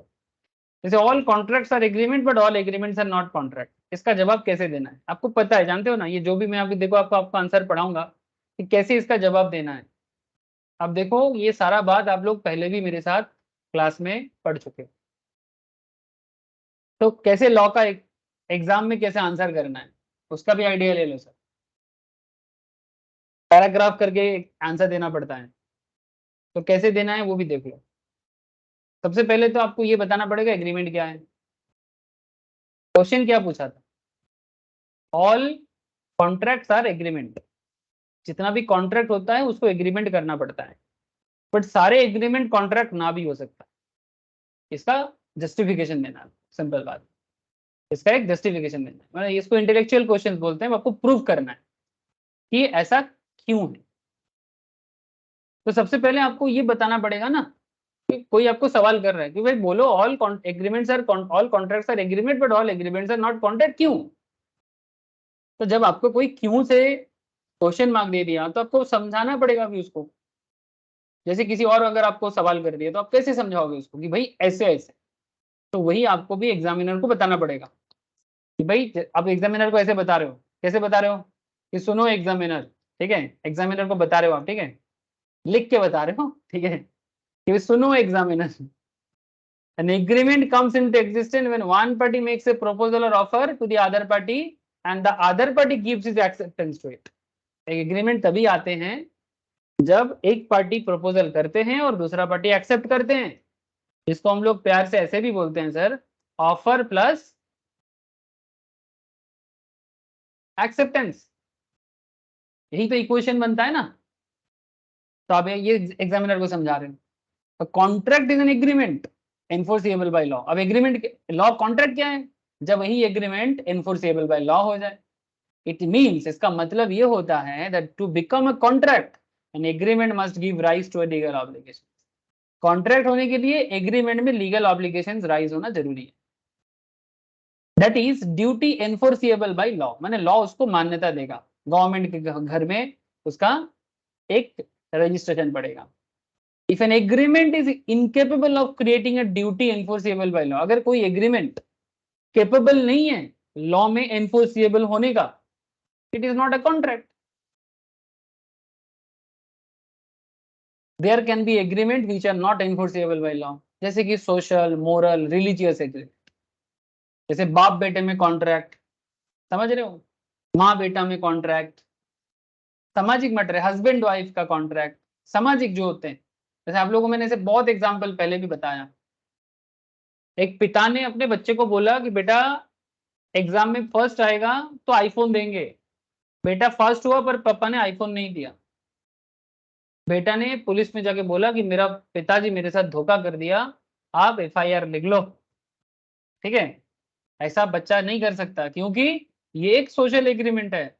पिता अपने बच्चे को मोरल बूस्ट करने के लिए बोल सकता है, इसका मतलब ये कोई पत्थर की लकीर नहीं है कि पिता को ये बात निभाना पड़ेगा। अरे हो सकता है कि जब पापा ने बच्चे को बोला था तब पापा का फाइनेंशियल कंडीशन सही था, लेकिन एक साल बाद जब बच्चे ने रिजल्ट अच्छा किया तब पापा का फाइनेंशियल डाउन चल रहा है। तो ये बात तो सर बच्चा को भी समझना पड़ेगा। प्रॉब्लम ये है ना, आजकल ये प्रॉब्लम बहुत देखने को मिलता है कि बच्चे लोग, जैसे घर में क्या होता है, मैं आपको एक छोटा सा अपने एक्सपीरियंस में मैंने देखा बहुत केस में कि माँ बाप भी थोड़ा गलत कर देते हैं। क्या है ना सर, जिंदगी है, कभी अच्छा कभी बुरा, कभी अप कभी डाउन, जिंदगी में होता है। तो पेरेंट्स का इनकम क्या होता है, कई बार अच्छा चलता है, कई बार ज्यादा खर्चा के कारण डाउन हो सकता है, बिजनेस है तो अप डाउन लगा रहता है। अब बच्चे को माँ बाप ना कभी पता होने नहीं देता है कि रियल कंडीशन क्या है, लेकिन सर ऐसा नहीं करना चाहिए। बच्चे को ना हर चीज के बारे में पता होना चाहिए। क्यों, बच्चे के सामने क्या छुपाना, हर चीज। अगर पैसा आ रहा है उसका भी नॉलेज होना चाहिए, अगर पैसा कम है तो उसका भी नॉलेज बच्चे को होना चाहिए। जब बच्चे के साथ हम लोग छुपा छुपी करेंगे ना तो गड़बड़ हो जाता है, और तभी सोशल में प्रॉब्लम हो जाता है। बच्चा लोग भी क्या ना, आईफोन नहीं मिला तो सुसाइड कर लिया, ऐसा खबर मिलता है ना। तो ये सब माँ बाबा को भी समझना चाहिए कि बच्चे के साथ, मतलब ये जिंदगी लॉलीपॉप थोड़ी है भाई, हाँ जिंदगी लॉलीपॉप नहीं है कि लॉलीपॉप पकड़ा दो तो चुप हो जाएगा, और आईफोन कोई लॉलीपॉप थोड़ी है, आईफोन लॉलीपॉप नहीं है ना एक लाख 1.5 लाख का फोन है। जिंदगी में एक मिडिल क्लास इंसान काफी मेहनत से कमाते हैं, और आईफोन को लॉलीपॉप के साथ कंपेयर कर लिया, तब आगे जाके प्रॉब्लम बढ़ जाता है। जो भी हो चलो, तो social agreement, moral agreement, religious agreement, ठीक है, ये सब एग्रीमेंट लॉ में इन्फोर्सिएबल नहीं हो सकता। ठीक है, the agreement is a wider term than the contract. Agreement contract से बड़ा हो सकता है। All agreement need not necessarily become contract. सारे के सारे एग्रीमेंट दुनिया का कॉन्ट्रैक्ट होगा ऐसा कोई जरूरत नहीं, बट कॉन्ट्रैक्ट है तो एग्रीमेंट होके ही उसका रास्ता आता है। सिंपल बात है, अभी आपने एग्जामिनर को बता दिया शॉर्ट में।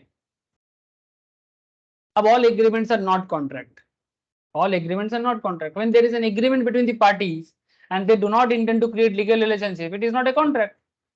दोनों पार्टी में एग्रीमेंट तो हुआ है पर वो लोग लीगल रिलेशनशिप में नहीं आना चाहता, माने लीगली बाउंड नहीं होना चाहता, तो कॉन्ट्रैक्ट नहीं है। एग्रीमेंट है बट कॉन्ट्रैक्ट नहीं है, और अगर कॉन्ट्रैक्ट नहीं है तो कोर्ट ऑफ लॉ में प्रूफ नहीं कर पाओगे।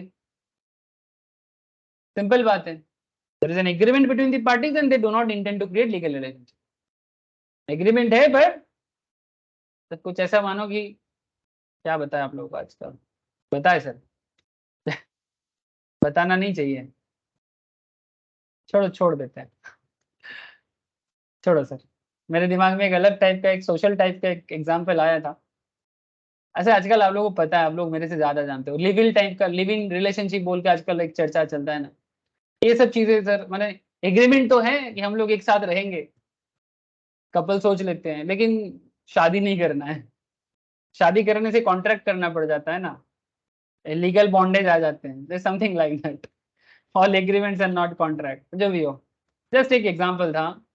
चलो छोड़ो, आप लोग काफी मैच्योर हो सब, मैं सोच सोच के बोल दिया। All contracts are agreements, for a contract there must be two things. ध्यान से सुनो, for a contract there must be two things. A an agreement, contract है तो एग्रीमेंट होगा, B an enforceability by law होगा। जैसे अभी जो आपको मैं मैरिज वाला एग्जाम्पल दिया था, दो इंसान एग्री कर गया, ठीक है, सिंपल बात है, मियाँ बीवी राजी, ठीक है, तो क्या करेगा काजी। ये बहुत फेमस कहावत है कि मियाँ बीवी राजी तो क्या करेगा काजी। तो भाई मियाँ बीबी राजी है, कोई दिक्कत नहीं है, एग्रीमेंट हो गया है मियाँ बीबी में। अब इसमें कोर्ट ऑफ लॉ में जाके मैरिज कॉन्ट्रैक्ट करना पड़ता है, नहीं तो आगे जाके क्या है ना, बैंक अकाउंट ओपन करने जाओगे दोनों मिलके नहीं कर पाओगे, वीजा बनाने जाओगे नहीं कर पाओगे, हर जगह में प्रूफ करना पड़ता है कि भाई आप हस्बैंड वाइफ हो, प्रूफ दिखाओ। पासपोर्ट बनाने जाओगे नहीं कर पाओगे, ठीक है। तो इसलिए आजकल कॉन्ट्रैक्ट हो जाते हैं। ऐसे हमारे इंडियन सोसाइटी में शादी कभी भी कॉन्ट्रैक्ट नहीं था, भारतीय समाज का जो रीति है, क्योंकि शादी को कॉन्ट्रैक्ट की नजर से नहीं देखना चाहिए ना, शादी एक पवित्र बंधन माना जाता है, इसमें कॉन्ट्रैक्ट किस बात का। बट वो अलग बात की आजकल समय बदल गया है, तो शादी ब्याह को भी एक कॉन्ट्रेक्चुअल कॉन्सेप्ट में जरूरत पड़ जाता है। अगर इसी चीज को आप बिजनेस एंगल से देखो, जैसे मानो कि अगर आप एक घर खरीदना चाहते हो, सेलर बायर को बोल रहे कि मैं घर परचेज करूंगा, दोनों एग्री है, बट कॉन्ट्रैक्ट नहीं करना चाहता, तब तो बात आगे नहीं बनेगा, है ना। प्रॉपर्टी रजिस्टर्ड नहीं करोगे, सरकार के घर में स्टैम्प ड्यूटी जमा नहीं करोगे, रजिस्ट्रेशन चार्जेस सरकार को नहीं दोगे, कॉन्ट्रैक्ट नहीं बनेगा, तो प्रॉब्लम हो जाएगा आगे किसी भी मैटर में, आपका प्रॉपर्टी इलीगल प्रॉपर्टी रह जाएगा या फिर डिस्प्यूटेड हो जाएगा। इसीलिए for a contract there must be two things, an agreement must and enforceability by law must. Thus existence of an agreement is a prerequisite existence of a contract. Contract होने के लिए एग्रीमेंट जरूरी है, therefore it is true to say that all contracts are agreement. कितना सुंदर proof हुआ ना sir.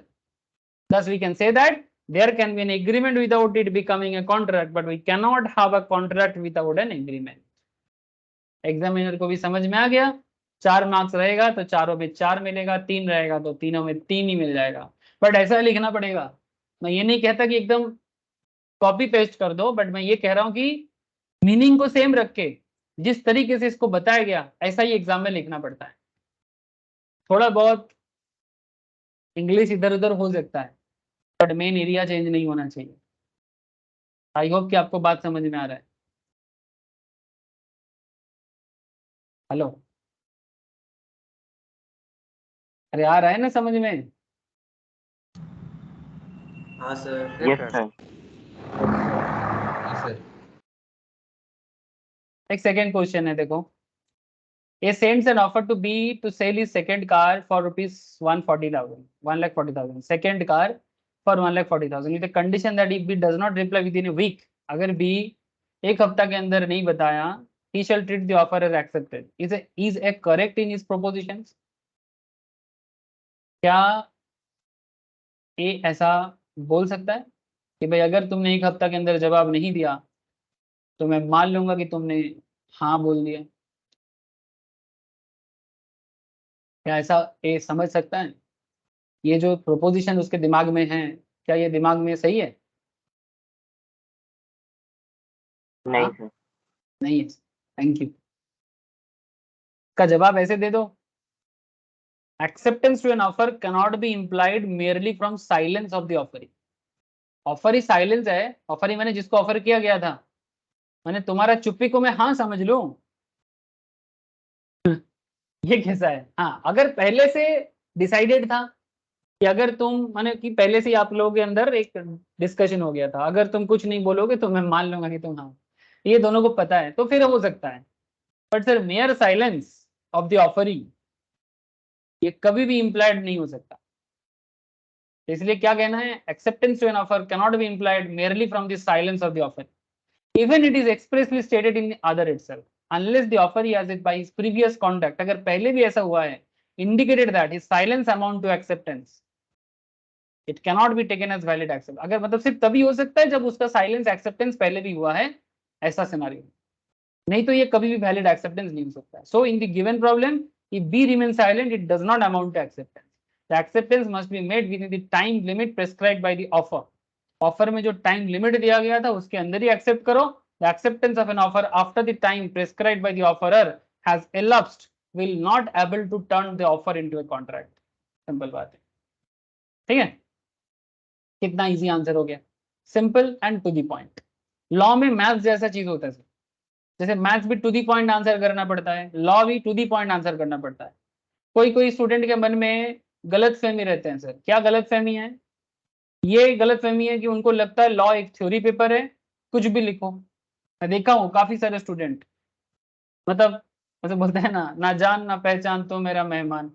मैंने इतना कितना स्टूडेंट है आजकल क्लास 11 12 पास कर रहे हैं, 12 पास करते ही ना मेरा ना मतलब उसका परसेप्शन कुछ ऐसा है, प्रोपोजिशन सुनो सर, प्रोपोजिशन ऐसा है कि मेरा ना मैथ्स अच्छा नहीं है, मैं ना सीएस पढ़ लेता हूँ, उस पर थ्योरी है रट लूंगा, ठीक है। ऐसा नहीं है, सीएस मतलब ज्यादा लॉ है इसका मतलब ये नहीं कोई थ्योरी है, लॉ है, लॉ थ्योरी है। मैंने लोग कैसे सोचते हैं कि थ्योरी है कुछ भी लिख दूंगा पेपर भर के आ जाऊंगा पास कर जाऊंगा जैसे स्कूल लेवल में हुआ है, ऐसा नहीं होता है। सीएस को मैं मानता हूँ कि सीएस को थोड़ा सा लॉ ज्यादा पढ़ना पड़ता है, बट चार्टर्ड अकाउंटेंट या सीए में भी कुछ कम लॉ नहीं पड़ता है। सीए में कंपेरेटिवली थोड़ा लॉ कम पड़ता है, बट सीए कुछ कम नहीं है, ऑलमोस्ट सीएस जैसा ही लॉ पढ़ना पड़ता है ऑलमोस्ट। तो ये ऐसे परसेप्शन नहीं होना चाहिए। और एक चीज, लॉ में अगर स्कोर करना है तो कोई ज्यादा लिखने से ज्यादा मार्क्स मिलता है, ये गलतफहमी नहीं रखना चाहिए। कोई ज्यादा लिखने से ज्यादा मार्क्स नहीं होता है, जितना बोला उतना आंसर देना है और टू दी पॉइंट में जवाब देना है और प्रूफ करके जवाब देना है। केस लॉ को मेंशन करके जहां जरूरत है वहां जवाब देना है, सेक्शन को मेंशन करके जहां जरूरत है देना है, तब जाके लॉ में स्कोर होता है। लॉ का पेपर ट्रिकी होता है सर, मैं बार बार बोल रहा हूँ, लॉ का पेपर ट्रिकी होता है। सो इसके साथ जेन्युइनली पेश होना सर, इसको हल्का से लोगे लॉ भी आपको हल्का से ले लेगा, तो हल्का से नहीं लेना।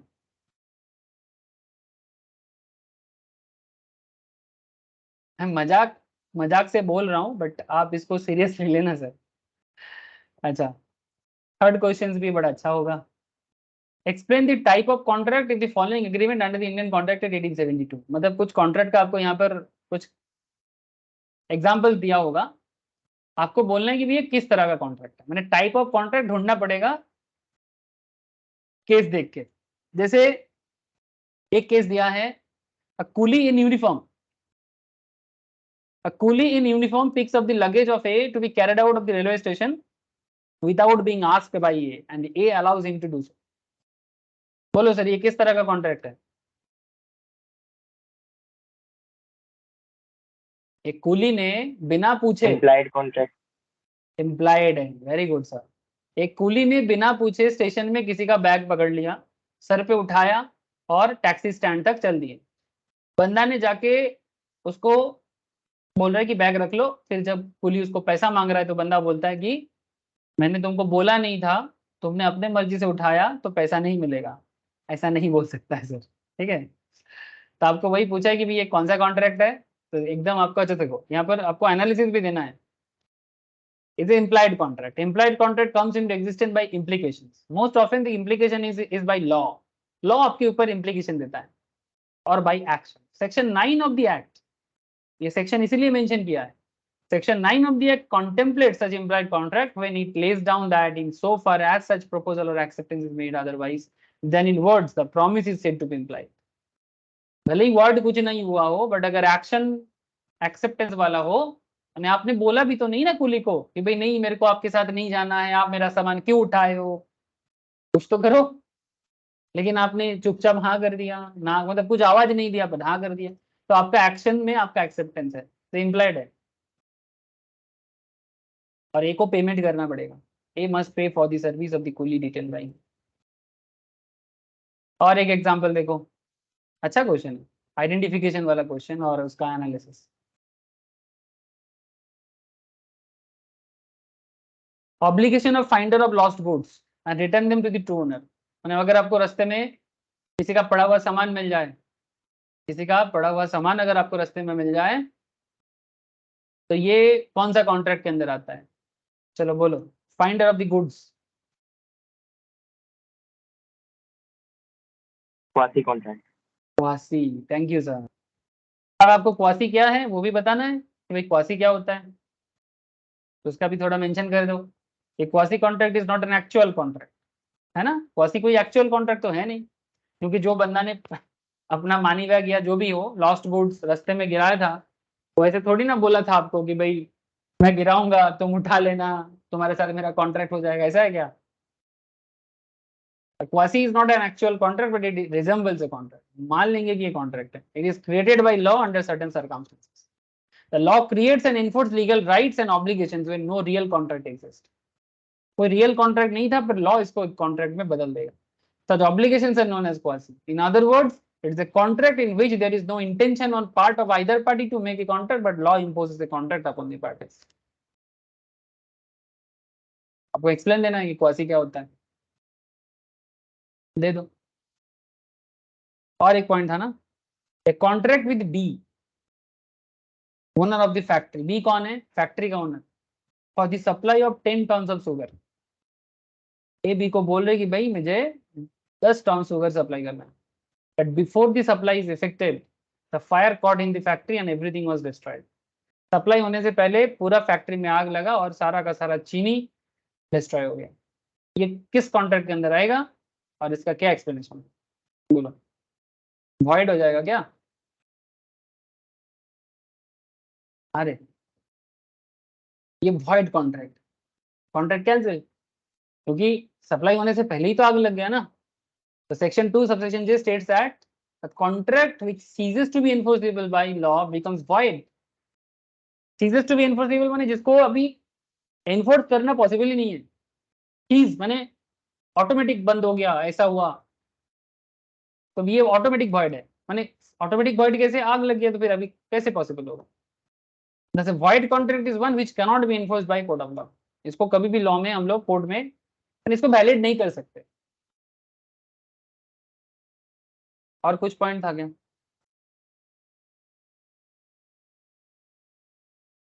नहीं, बस इतना ही। समझ में आया सर आप लोगों को? बोलो।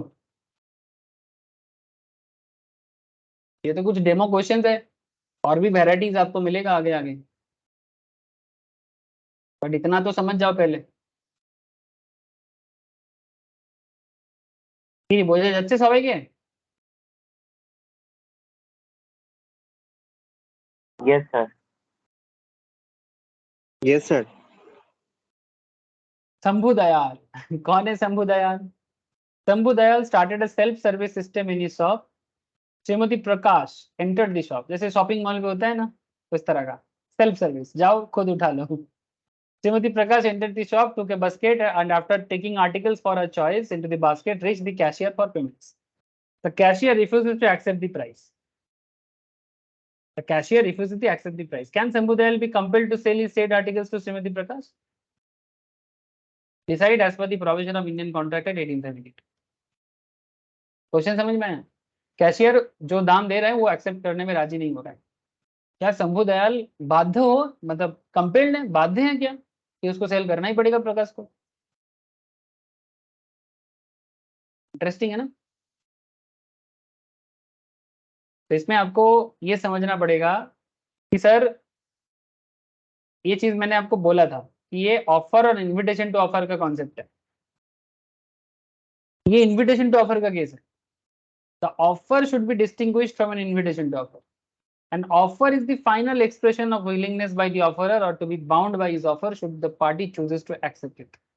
Where a party, without expressing his final willingness, proposes certain terms on which he is willing to negotiate, it does not make an offer, but invites only the other party to make an offer. मैंने basically वो बुला रहा है भाई आओ आप भी negotiate करो, मैं अपना दाम दे रहा हूँ बट आप भी आके नेगोशिएट करो, तो make an offer on those terms. This is the basic distinction between offer and invitation to offer.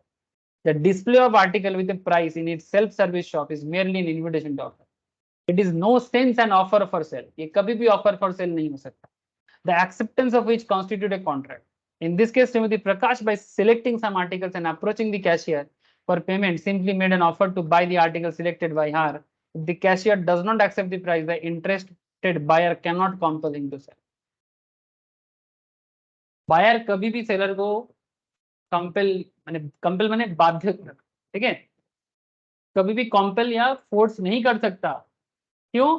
क्योंकि हो सकता है कि उन्होंने अपने, अब आप बोलोगे सर ये तो दुकानदार का मिस्टेक है. हाँ, मिस्टेक नहीं रे बाबा, उसने मानो कि बोल के रखा था 50% ऑफ बोल के, और वो ऑफर को ना हटाना शायद भूल गया, लेकिन उसके कंप्यूटर में ऑफर एक्टिव हो गया है कि ऑफर अभी है नहीं, बट वो टैग को हटाना भूल गया था, मैंने जो प्लेकार्ड लगाया था वो हटाना भूल गए, हो सकता है। कस्टमर उसको देख के लिया होगा, इनविटेशन था वो, बट जरूरी नहीं कि उसी दाम पे बेचना पड़े। इसके लिए कस्टमर कभी भी दुकानदार से बहस नहीं कर सकता। डिस्प्ले दाम पे देना पड़ेगा मैंडेटरी नहीं है, डिस्प्ले दाम एक इनविटेशन है, डिस्प्ले दाम कभी भी ऑफर नहीं है। ये चीज मैंने आपको क्लियरली समझाया था, वही चीज यहाँ पर एग्जाम का मतलब आंसर को देने में समझ में आ गया। हेलो, समझ आया सर? पर सर मॉल में तो ऐसा नहीं होता है ना। सर होता है ना, कौन बोलता है नहीं होता? मॉल में मॉल में हम होता लोग है कहाँ नेगोशिएट कर सकते हैं। सर, नेगोशिएट का बात नहीं है।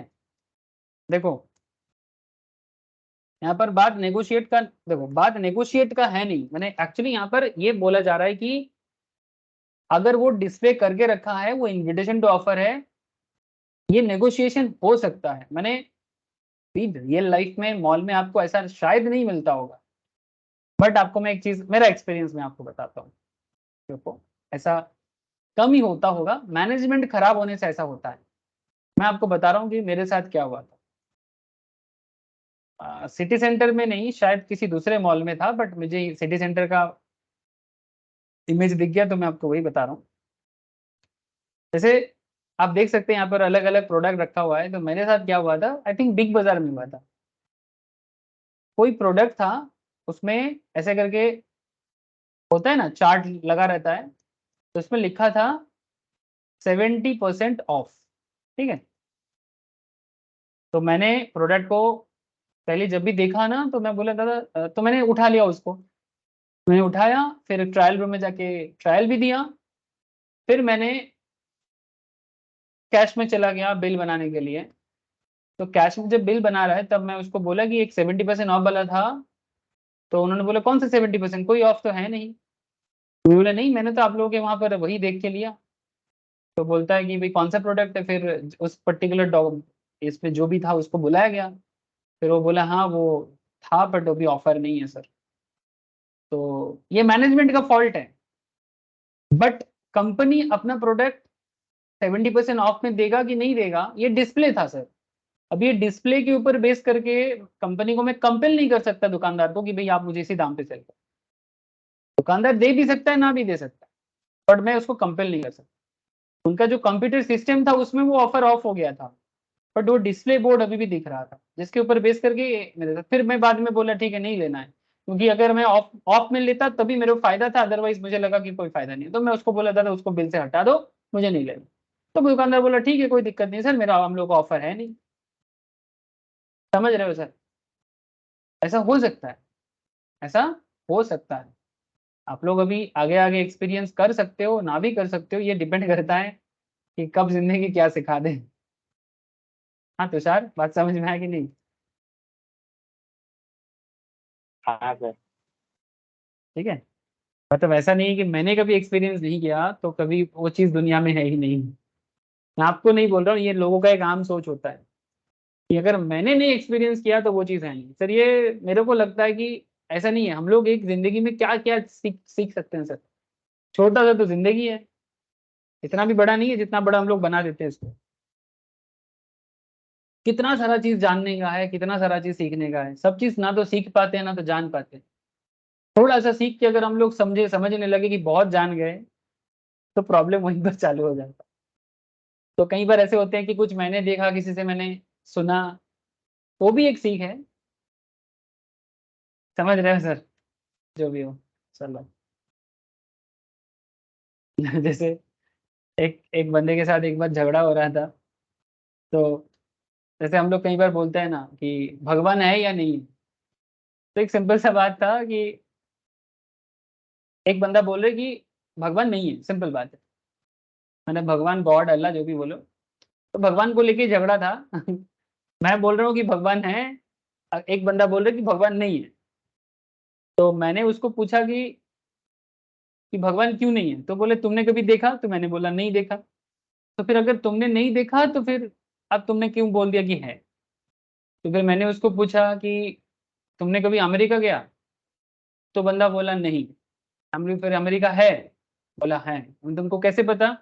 तो मैंने टीवी में देखा, लोगों के मुंह से सुना। आई बोली एग्जैक्टली वही है ना। अगर तुमने कभी अमेरिका नहीं जाके भी अमेरिका है ये बिलीव कर सकते हो, तो फिर जो बंदा भगवान पे बिलीव करता है, शायद उसने नहीं देखा बट किसी और ने देखा है।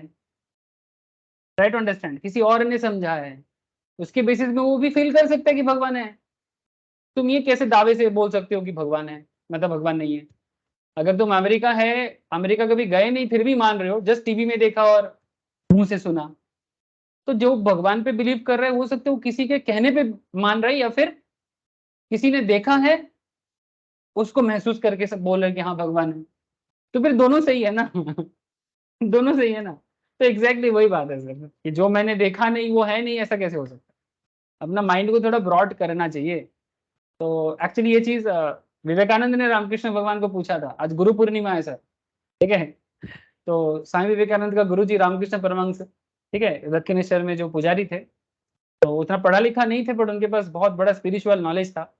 तो Swami Vivekananda western minded educated था, तो काफी लॉजिकल बंदा था। मतलब स्वामी विवेकानंद स्कॉटिश में पढ़ा था, प्रेसिडेंसी में पढ़ा था, वेस्टर्न एजुकेशन में पढ़ा हुआ था। तो विवेकानंद ने जाके रामकृष्ण को पूछ रहे हैं, रामकृष्ण देव को, कि आपने भगवान देखा है? तो फर्स्ट टाइम किसी ने विवेकानंद को डायरेक्टली जवाब दिया कि मैंने भी देखा, तुझे भी दिखा सकता हूँ। इससे पहले विवेकानंद ने इंडिया का बड़े बड़े स्कॉलर के पास गया, भागा भागा, कि भगवान है कि नहीं इसका प्रूफ करने के लिए। सभी ने उनको ना कर दिया। कोई बोला कि हाँ है, हमने सुना है पर देखा नहीं। किसी ने बोला हाँ है, होगा ऐसा कुछ। बड़े बड़े स्कॉलर, और मतलब western scholars, Indian scholars, Rabindranath Tagore के दादाजी के पास भी गया था, वो भी बहुत बड़े स्कॉलर थे उस जमाने का। सभी ने ना कर दिया। ओनली रामकृष्ण भगवान जो बाद में उनका गुरु बने थे, विवेकानंद को डायरेक्ट बोला था कि मैंने भी देखा, तुम्हें भी दिखा सकता हूँ। विवेकानंद बोला, मन में बोला कि ये बंदा पागल है। और ये बात भी ना रामकृष्ण ने समझ गया था कि तू मेरे को पागल बोल रहा है, डायरेक्ट मुंह पे बोला। तो सर ये समझने वाले के ऊपर है कि क्या चीज है सर, ठीक है? मतलब ऐसा नहीं कि मैंने नहीं देखा, मैंने नहीं सुना तो वो चीज है नहीं। ये जस्ट मैंने अंडरस्टैंड, किसी को मैं ऐसा नहीं कि मैं तुषार को कोई कुछ बोल रहा हूँ, मैं जस्ट एक थोड़ा सा स्टोरी शेयर कर दी। जैसे आज दिन बहुत अच्छा है सर, गुरु पूर्णिमा। तो गुरु क्या होते हैं? ऐसे बड़े बड़े गुरु का नाम सच में नाम ऐसे ही नहीं है सर। चलो ठीक है, शंभु दयाल को देखते हैं। शंभु दयाल, अच्छा ये मैं इसका आंसर आपको पता चल गया शंभु दयाल का? ओके, पांचवा क्वेश्चन देख लेते हैं, चलो। State whether there is any contract in the following cases. बताओ कि भाई इसमें कुछ कॉन्ट्रैक्ट है कि नहीं।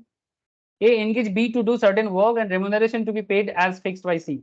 A engage B, A B को एंगेज कर रहा है टू डू सर्टेन वर्क, कुछ काम करने के लिए, and remuneration to be paid as fixed by C, जो सी ने फिक्स किया। क्या ये कॉन्ट्रैक्ट है?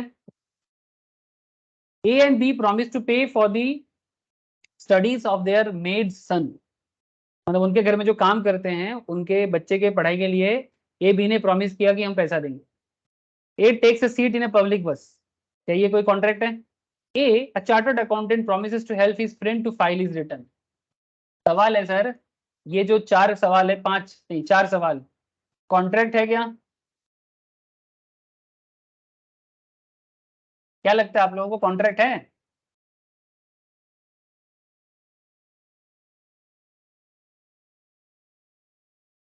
सर फर्स्ट कॉन्सेप्ट जो था, ठीक है, फर्स्ट क्या था?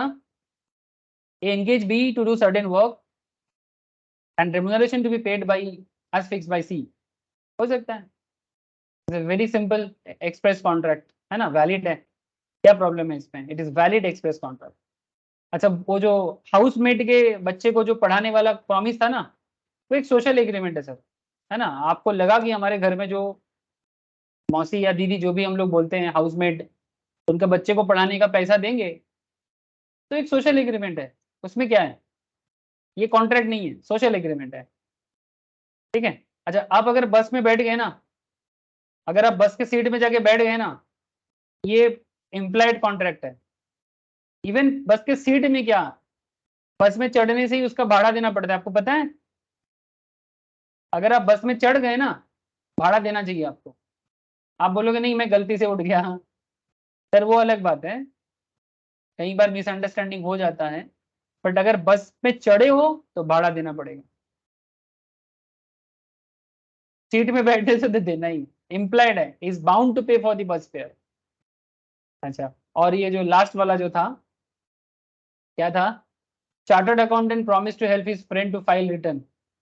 सर ये सोशल एग्रीमेंट है, अपने दोस्त का रिटर्न फाइलिंग का बात कर रहे हैं, पैसा लेके का बात नहीं किया सर। दोस्त है उसका, लीगल रिटर्न फाइल कर देगा। अभी टाइम आ गया रिटर्न फाइल का, जुलाई लास्ट है, 31 जुलाई, ठीक है। तो रिटर्न फाइल का अपने दोस्त का फाइल करके देगा, चार्टर्ड है, करके कर आराम से कर देगा। तो ये सोशल एग्रीमेंट है सर, दोस्त का बात किया यहाँ पर, क्लाइंट का नहीं। ओके, समझ गए ना? ओके, लास्ट एक क्वेश्चन है, देखो। Miss Shakuntala puts an application to be a teacher in the school, ठीक है। She was appointed by the trust of the school. Her friend who works in the same school inform her about her appointment informally. उनका दोस्त है जो school में पहले से काम करते हैं, हर friend who works in same school informs her about her appointment informally. मैंने वो पहले से बोला कि भाई तेरा तो अपॉइंटमेंट है, हमको पता चल गया, but later due to some internal reasons her appointment was cancelled. Question है, क्या मिस शकुंतला अपने दोस्त से, जो स्कूल के अंदर पहले से टीचर है, और वो जो इनफॉर्मल न्यूज दिया था जिसके कारण शकुंतला बड़ा खुश हो गए थे, तो सवाल ये उठता है क्या शकुंतला डैमेज क्लेम कर सकता है अपने दोस्त से जो स्कूल में पहले से काम करता है? हाँ सर, क्या लगता है आप लोगों को?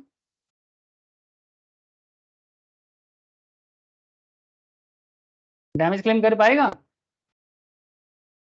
Answer is no.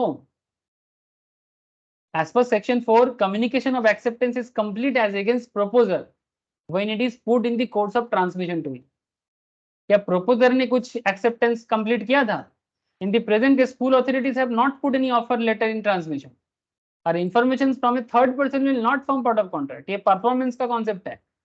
स्कूल वालों ने आपको लेटर जब नहीं दिया ना, तो जब तक नहीं देगा आप कैसे बिलीव कर सकते हो? सिर्फ अपने फ्रेंड ने बताया कि हाँ भाई मोरल बूस्ट करने के लिए, दोस्ती के खातिर, तेरा तो सेट है भाई, तेरे को मिल गया, फिर बाद में पता चला बत्ती गुल हो गया, मीटर चालू हो गया आपका, ठीक है। मैंने जब तक आपको मेन अथॉरिटी से पता नहीं चलता तब तक आप कैसे बिलीव करोगे? मैंने कोई ऐसा हो गया ना, स्कूल में आप किसी दोस्त से पता चला भाई तुमको तो, तुम तो फर्स्ट आ गए, स्कूल में जाके पता चला फर्स्ट क्या तुम फेल हो गए ठीक है। तो ऐसे नहीं होना चाहिए ना, उसको बोलते चन्ने के झड़ पे चढ़ा दिया, और फिर चन्ना झाड़ तो समझते हो ना, फिर सीढ़ी हटा दिया, तो चन्ना झाड़ में चढ़ा ही नहीं जा सकता। वैसे ही है कि मेन अथॉरिटी से अगर आपको पता नहीं चला तो आप कैसे इसको कर सकते हो? तो कभी भी वो डैमेज क्लेम नहीं कर सकते। ओके, आई होप कि आपको समझ में आ रहा होगा सर कि कितना डिटेल्स नॉलेज रहने से आप किसी भी क्वेश्चन का जवाब देने में सक्षम होंगे। यस और नो? Yes sir. है ना? Yes sir. आपको डिटेल्स, ये तो बस कुछ क्वेश्चन था प्रीफिक्स्ड, आपको और वेराइटीज क्वेश्चन का सामना करना पड़ सकता है। इसलिए मैं हमको आप लोग को हमेशा एक ही चीज रिक्वेस्ट करता रहता हूँ, वो बोलता रहता हूँ क्लास में कि सर आप लोग डिटेल्स में पढ़ा करो, डिटेल्स में पढ़ा करो, और प्रैक्टिस क्वेश्चंस और क्वेश्चन जुगाड़ करो अपने इंस्टीट्यूट के मैथ से, आरटीपी से, एमटीपी से, दूसरे मार्केट की किताब भी अगर मिल जाए वहां पे से भी ले लो, जहां से मिले, ठीक है। प्रीवियस ईयर क्वेश्चन से क्वेश्चन करो, क्वेश्चन करने से आपको आइडिया जरूर अच्छा रहेगा, लेकिन क्वेश्चन वगैरह करने से पहले आप पूरा नोट जो है, मतलब जो बेसिकली जो आपका जो कॉन्ट्रैक्ट एक्ट जो है या जो भी सब्जेक्ट है उसको डिटेल्स में पढ़ लेना चाहिए। फिर आप सवाल करो ना, सवाल जवाब करते रहो, प्रैक्टिस करते रहो। लेकिन बिना जाने सिर्फ सवाल जवाब करके आ गए और कॉन्सेप्ट ही क्लियर नहीं है, तो थोड़ा सा क्वेश्चन घुमा के दे देगा, फिर आप बोलोगे भाई ये कहाँ से आ गया, ठीक है। बस यही छोटा सा सीख है, आज इतना ही है, फिर बाकी बातचीत नेक्स्ट क्लास में करेंगे, कॉन्ट्रैक्ट में ही रहेंगे बट थोड़ा और एडवांस में चलेंगे, ठीक है। चलो फिर bye, good night. Thank you sir. Thank you sir, bye. Thanks sir. Bye sir. Thank you sir. Thank you sir. राक्षी sir. Okay, Thank you, okay, sir. Okay sir.